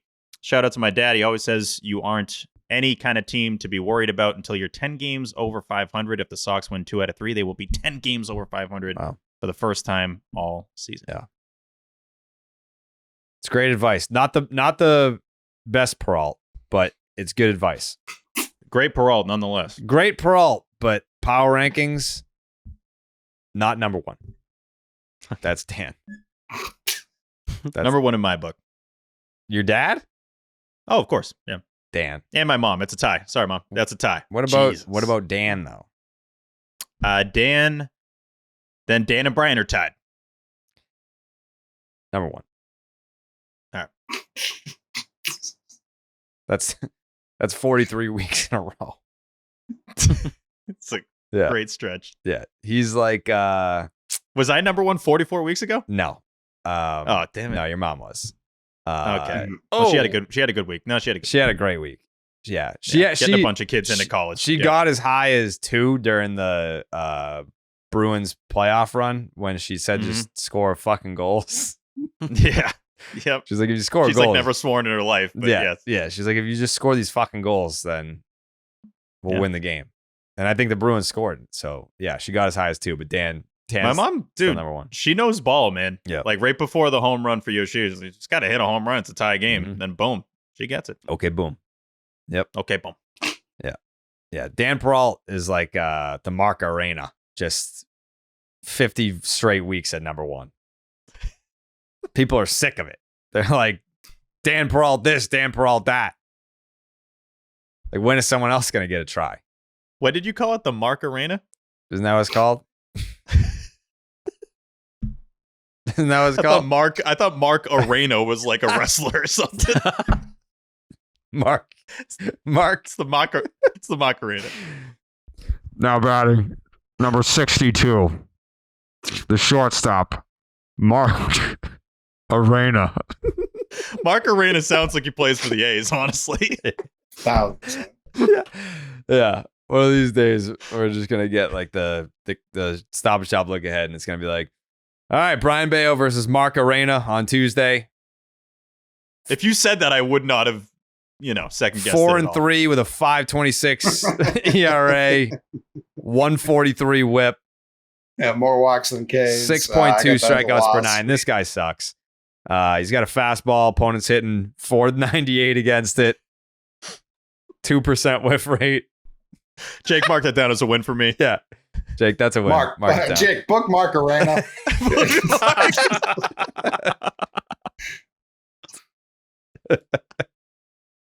Mark Arena. All right. The predictions are in the book. They're locked in. Jake, bookmark Arena. Lots of Mark Arenas if you actually Google it. Yeah, I know. I believe it. How do you spell that? How do you spell Arena? I think it's Areyna. I spelled it Arena.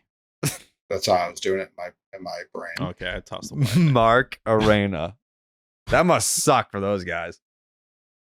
Well, played a Dover High, baby. I'm sure they've gotten it. They've gotten it for sure. Mark Arena. Yeah, it's close enough. It's definitely close enough.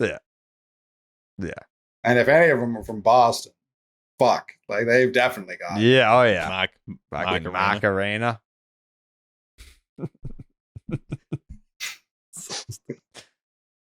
Yeah. All right, Steve. Weather look ahead. Wait. What? Whoa. Are you going to take responsibility for the rain delay? What? Didn't I say it was going to rain? Yeah, but you could have stopped it, I think. What? I don't know. I'm asking. I'm not accusing. I'm asking. Why didn't you stop the rain? Yeah, whether to be people fair, the game continued. Yeah, it did. It did, but Houck was not the same after coming back. No, Yankee Stadium, but let's not forget, they're sketchy with rain delays. Yeah. Remember that Garrett Cole one from a couple of years ago? Yeah. Where all of a sudden now it's like, let's pull the tarps, even though it was like pouring the entire game, but they wanted to get him a win. They do weird stuff. So no, I blame the Yankee Stadium grounds crew. Okay. I'm just asking. Go ahead. Yeah. All good. Weather look ahead brought to you by Billy's Gummy Bears. You chew them with your mouth. Tuesday, game 1, 7:10 p.m. First pitch, 84 degrees, mostly cloudy, 12-mile-an-hour winds, 24% chance of rain, but I would not be too worried or even worried at all about that rain on Tuesday. Wednesday, game 2, 7:10 p.m. First pitch, again, 80 degrees. I would be worried about the rain. 52% chance on Wednesday? of rain on Wednesday. All right, so as long as it doesn't rain on Tuesday, so we're gonna be doing unobstructed views. I gotta get an answer for everyone. I it's like asking my parents to have my friends over to get the Section 10 boys on the broadcast. I don't see why it wouldn't be an issue. I feel like we already kind of got permission. But let's just say the Section 10 boys are gonna be on unobstructed views Tuesday against the A's with Jonathan Papelbon. As long as it doesn't rain, because I don't know. They didn't tell me, what happens if there's a rain delay? Do we just stay on the whole time and just... I think we're the entertainment if there's a rain delay, right? Yeah, who do we kick it to? I don't know. We're the rain delay crew? I think you have to have Charlie Moore on standby so you can FaceTime him in. Okay. And he just takes it from there. All right. Yeah. So yeah, game 2... does not look awesome, honestly. It says showers all night. So that is Wednesday, 9-mile-an-hour winds. Not looking great for game 2. Thursday, another friggin' 7:10 p.m. first pitch. What the hell? What? I've said it all year. These finales that are at night. Can we get some afternoon finales. And then the Sox have 2 more Sunday Night Baseball games this month, by the way. They just announced that. What? I'm going to lose my mind. This is what happens 21 when and we, 28. when we win a lot. Everyone wants a No, I piece know. of our asshole. Suffering from success.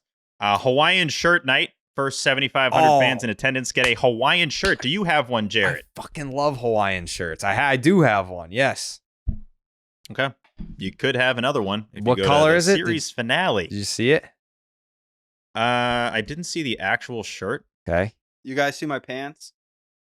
No. What? I can't They're go on any fire higher. again. Look at me. Okay, they're Hawaiian pants. Yep. Okay. I'm not going to lie. This shirt looks awesome. It's a navy blue, and it's got like a glove, a hot dog, a Sox logo, some palm trees on a baseball. This looks like a really cool shirt. 2004 banner. What? Yeah, I kind of want one of these, actually. Wait, time. Adult the XL, fuck that's out. perfect. Wait, you can buy them or no? No, you got to No. be one of the first 7,500 in attendance. What's the? They When- come in a mixture of adult medium and adult XL. Wait, Yeah. I'm seeing. Oh, okay, wrong thing. I was looking at theme nights. I gotta go to promotions and giveaways. Ooh, Hawaiian shirt night. Yeah, I see a little baseball, a little 2000. It looks like 2054, but I think that's 2004. I hope. Yeah, I would guess that's 2004. Oh, Yeah. glove. Yeah, I like that. Yeah. All right. It's not too bad. The actual weather, though, for the series finale Yeah. says few showers around first pitch, 81 degrees. It says, 35% is it supposed to be chance of that rain. you say? When you I say say it says. few showers around first pitch, but then it becomes mostly cloudy Okay. as the game goes on. So Thursday, I don't feel too bad about it. You might have a little bit of a delay. You're going to be wearing a Hawaiian shirt, though, so you're probably having fun. Maybe grab a blue moon at the park. Yeah. And if there's a delay, you can hang out with your other people that have Hawaiian shirts on. And that will do it for your weather look ahead, which is brought to you by Billy's Gummy Bears. Chew them with your mouth. So this series could be in real trouble. Weather's not great this week. Shit. That's what I say. Yeah.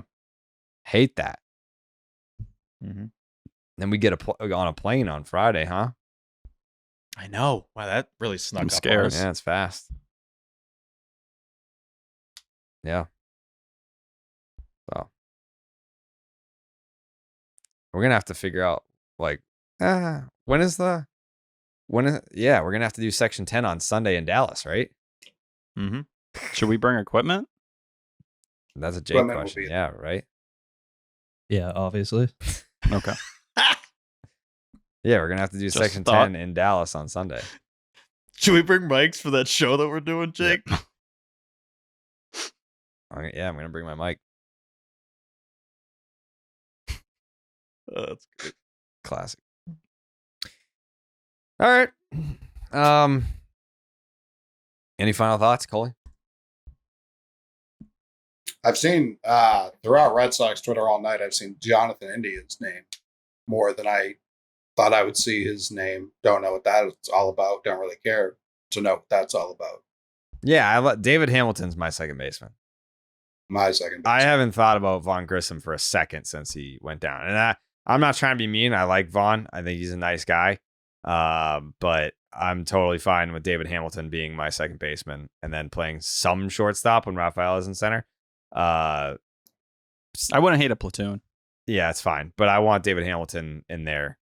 I don't think that Vaughn Grissom can come back any slower.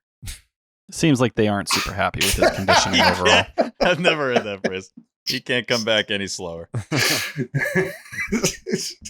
Take your time. Yeah. Again, no offense. No offense. I'm just If trying. he I'm wants just to trying come win. back and be sick, like I'm all for it. Yeah. But he just wasn't. If he's gonna come back and do what he was doing before, keep it. Oh, if he plans Fucking- to be nasty, like speed it up, dude. Like you Yeah. can come back now, but if not, take your time. But I also just want David Hamilton's speed. No, it'd be. I mean, Valdez would get sent down. Like it wouldn't be No, I know it's not that hard. Yeah. that bad. Like Hamilton for sure has earned if he hasn't earned every the shortstop or second baseman tag by now, I don't know what he could possibly do to ever. Yeah. I think they're just a little worried because the bat's starting to slow down a little bit. But I agree. I think the speed right now plays too well in the lineup. He's hitting 186 over his last 15. Oh, 91 He's over the last streaky, 7. though. He'd be doing shit like that. Yeah, Duran's doing the same shit. Yeah. I don't. Seems winning. Not Different not be levels. fucking around. Long and stuff. season, Tyler. Long season. I'm not a David Hamilton hater. Nobody here is. Just give me a platoon. Steve, final thoughts? Yeah, it hit me after game 1, looking at Aaron Judge and the contract he signed and what potentially is ahead of him. If he plays out his entire Yankees contract, there's a very good chance he'll be on the New York Yankees for 16 years and end up winning 0 World Series titles, going from 2016 to 2031 on the Bronx Bombers with no rings would be hilarious. The 18-year gap, I believe, between 78 and 96 was the longest gap in Yankees history without a World Series title. If they don't win in the Judge era, then they will be without a World Series title from 2009 to 2031. Something to think about. I'm thinking about it. Mm-hmm. I'm thinking about it. T-Dog, final thoughts? Congrats to Marcelo Meyer and Kyle Teal, Roman Anthony, for all making the Futures game. Roman Anthony won't be playing in the game itself. He'll be in the skills competition. But if you don't know, they've made some serious changes to the skill competition this year. It's going to be played July 13th, but they'll be putting it on MLB Network on the 14th. It's actually kind of sick, the skills and what Anthony is going to have to do with the bat, where he needs to hit it in certain locations, hit homers in certain directions and different stuff like that. So I do think it'll be a pretty cool little view to see the big three all on that stage in Texas. That'll be cool. Jake's takes? I was wearing my buildsubmarines.com t-shirt on the plane this morning, and some Section 10 listener walked by me and just went, "Gotta build them." And I said, "Had to," and then just dapped them up. And the lady next to me had just the most confused look I've ever seen on anyone's face. So just getting a "gotta build them" in the wild is the best feeling. Yeah. You never forget your first gotta build them. Yeah. It's special. Special. Do we know when the NASCAR vlog is supposed to drop, Jake? I know that's an Eamon thing, but I know you guys are moving in together. Yeah. Yeah, shout out Eamon. Yeah, we'll probably figure that out earlier this week and let everybody know, but should be pretty soon. Okay. Cool. All right. Enjoy your off day. Thanks for watching. Thanks for listening. We will be back to record Thursday night to drop Friday morning after the Red Sox kick Dallas Braden's fake fucking teeth down his throat. Be scared, Dallas. Yeah, I'm coming for you. This is going to be a fun week. It's going to be a fun week. Dallas Braden is in town. I might see him tomorrow. I don't know. We were going to do a vlog, but then I don't know. It just didn't work out, I guess. I don't know. But I'll see Dallas, and I'll be seeing a lot of Dallas apparently, because he goes from I get to see him here during the week, and then immediately we go to Dallas, Texas. You're seeing Dallas. Yeah, you I'll guys see see Dallas. so and much Dallas. So much Dallas. So much Dallas. All right. We'll see you guys on Friday. Love you. Bye. Buenas noches, amigos.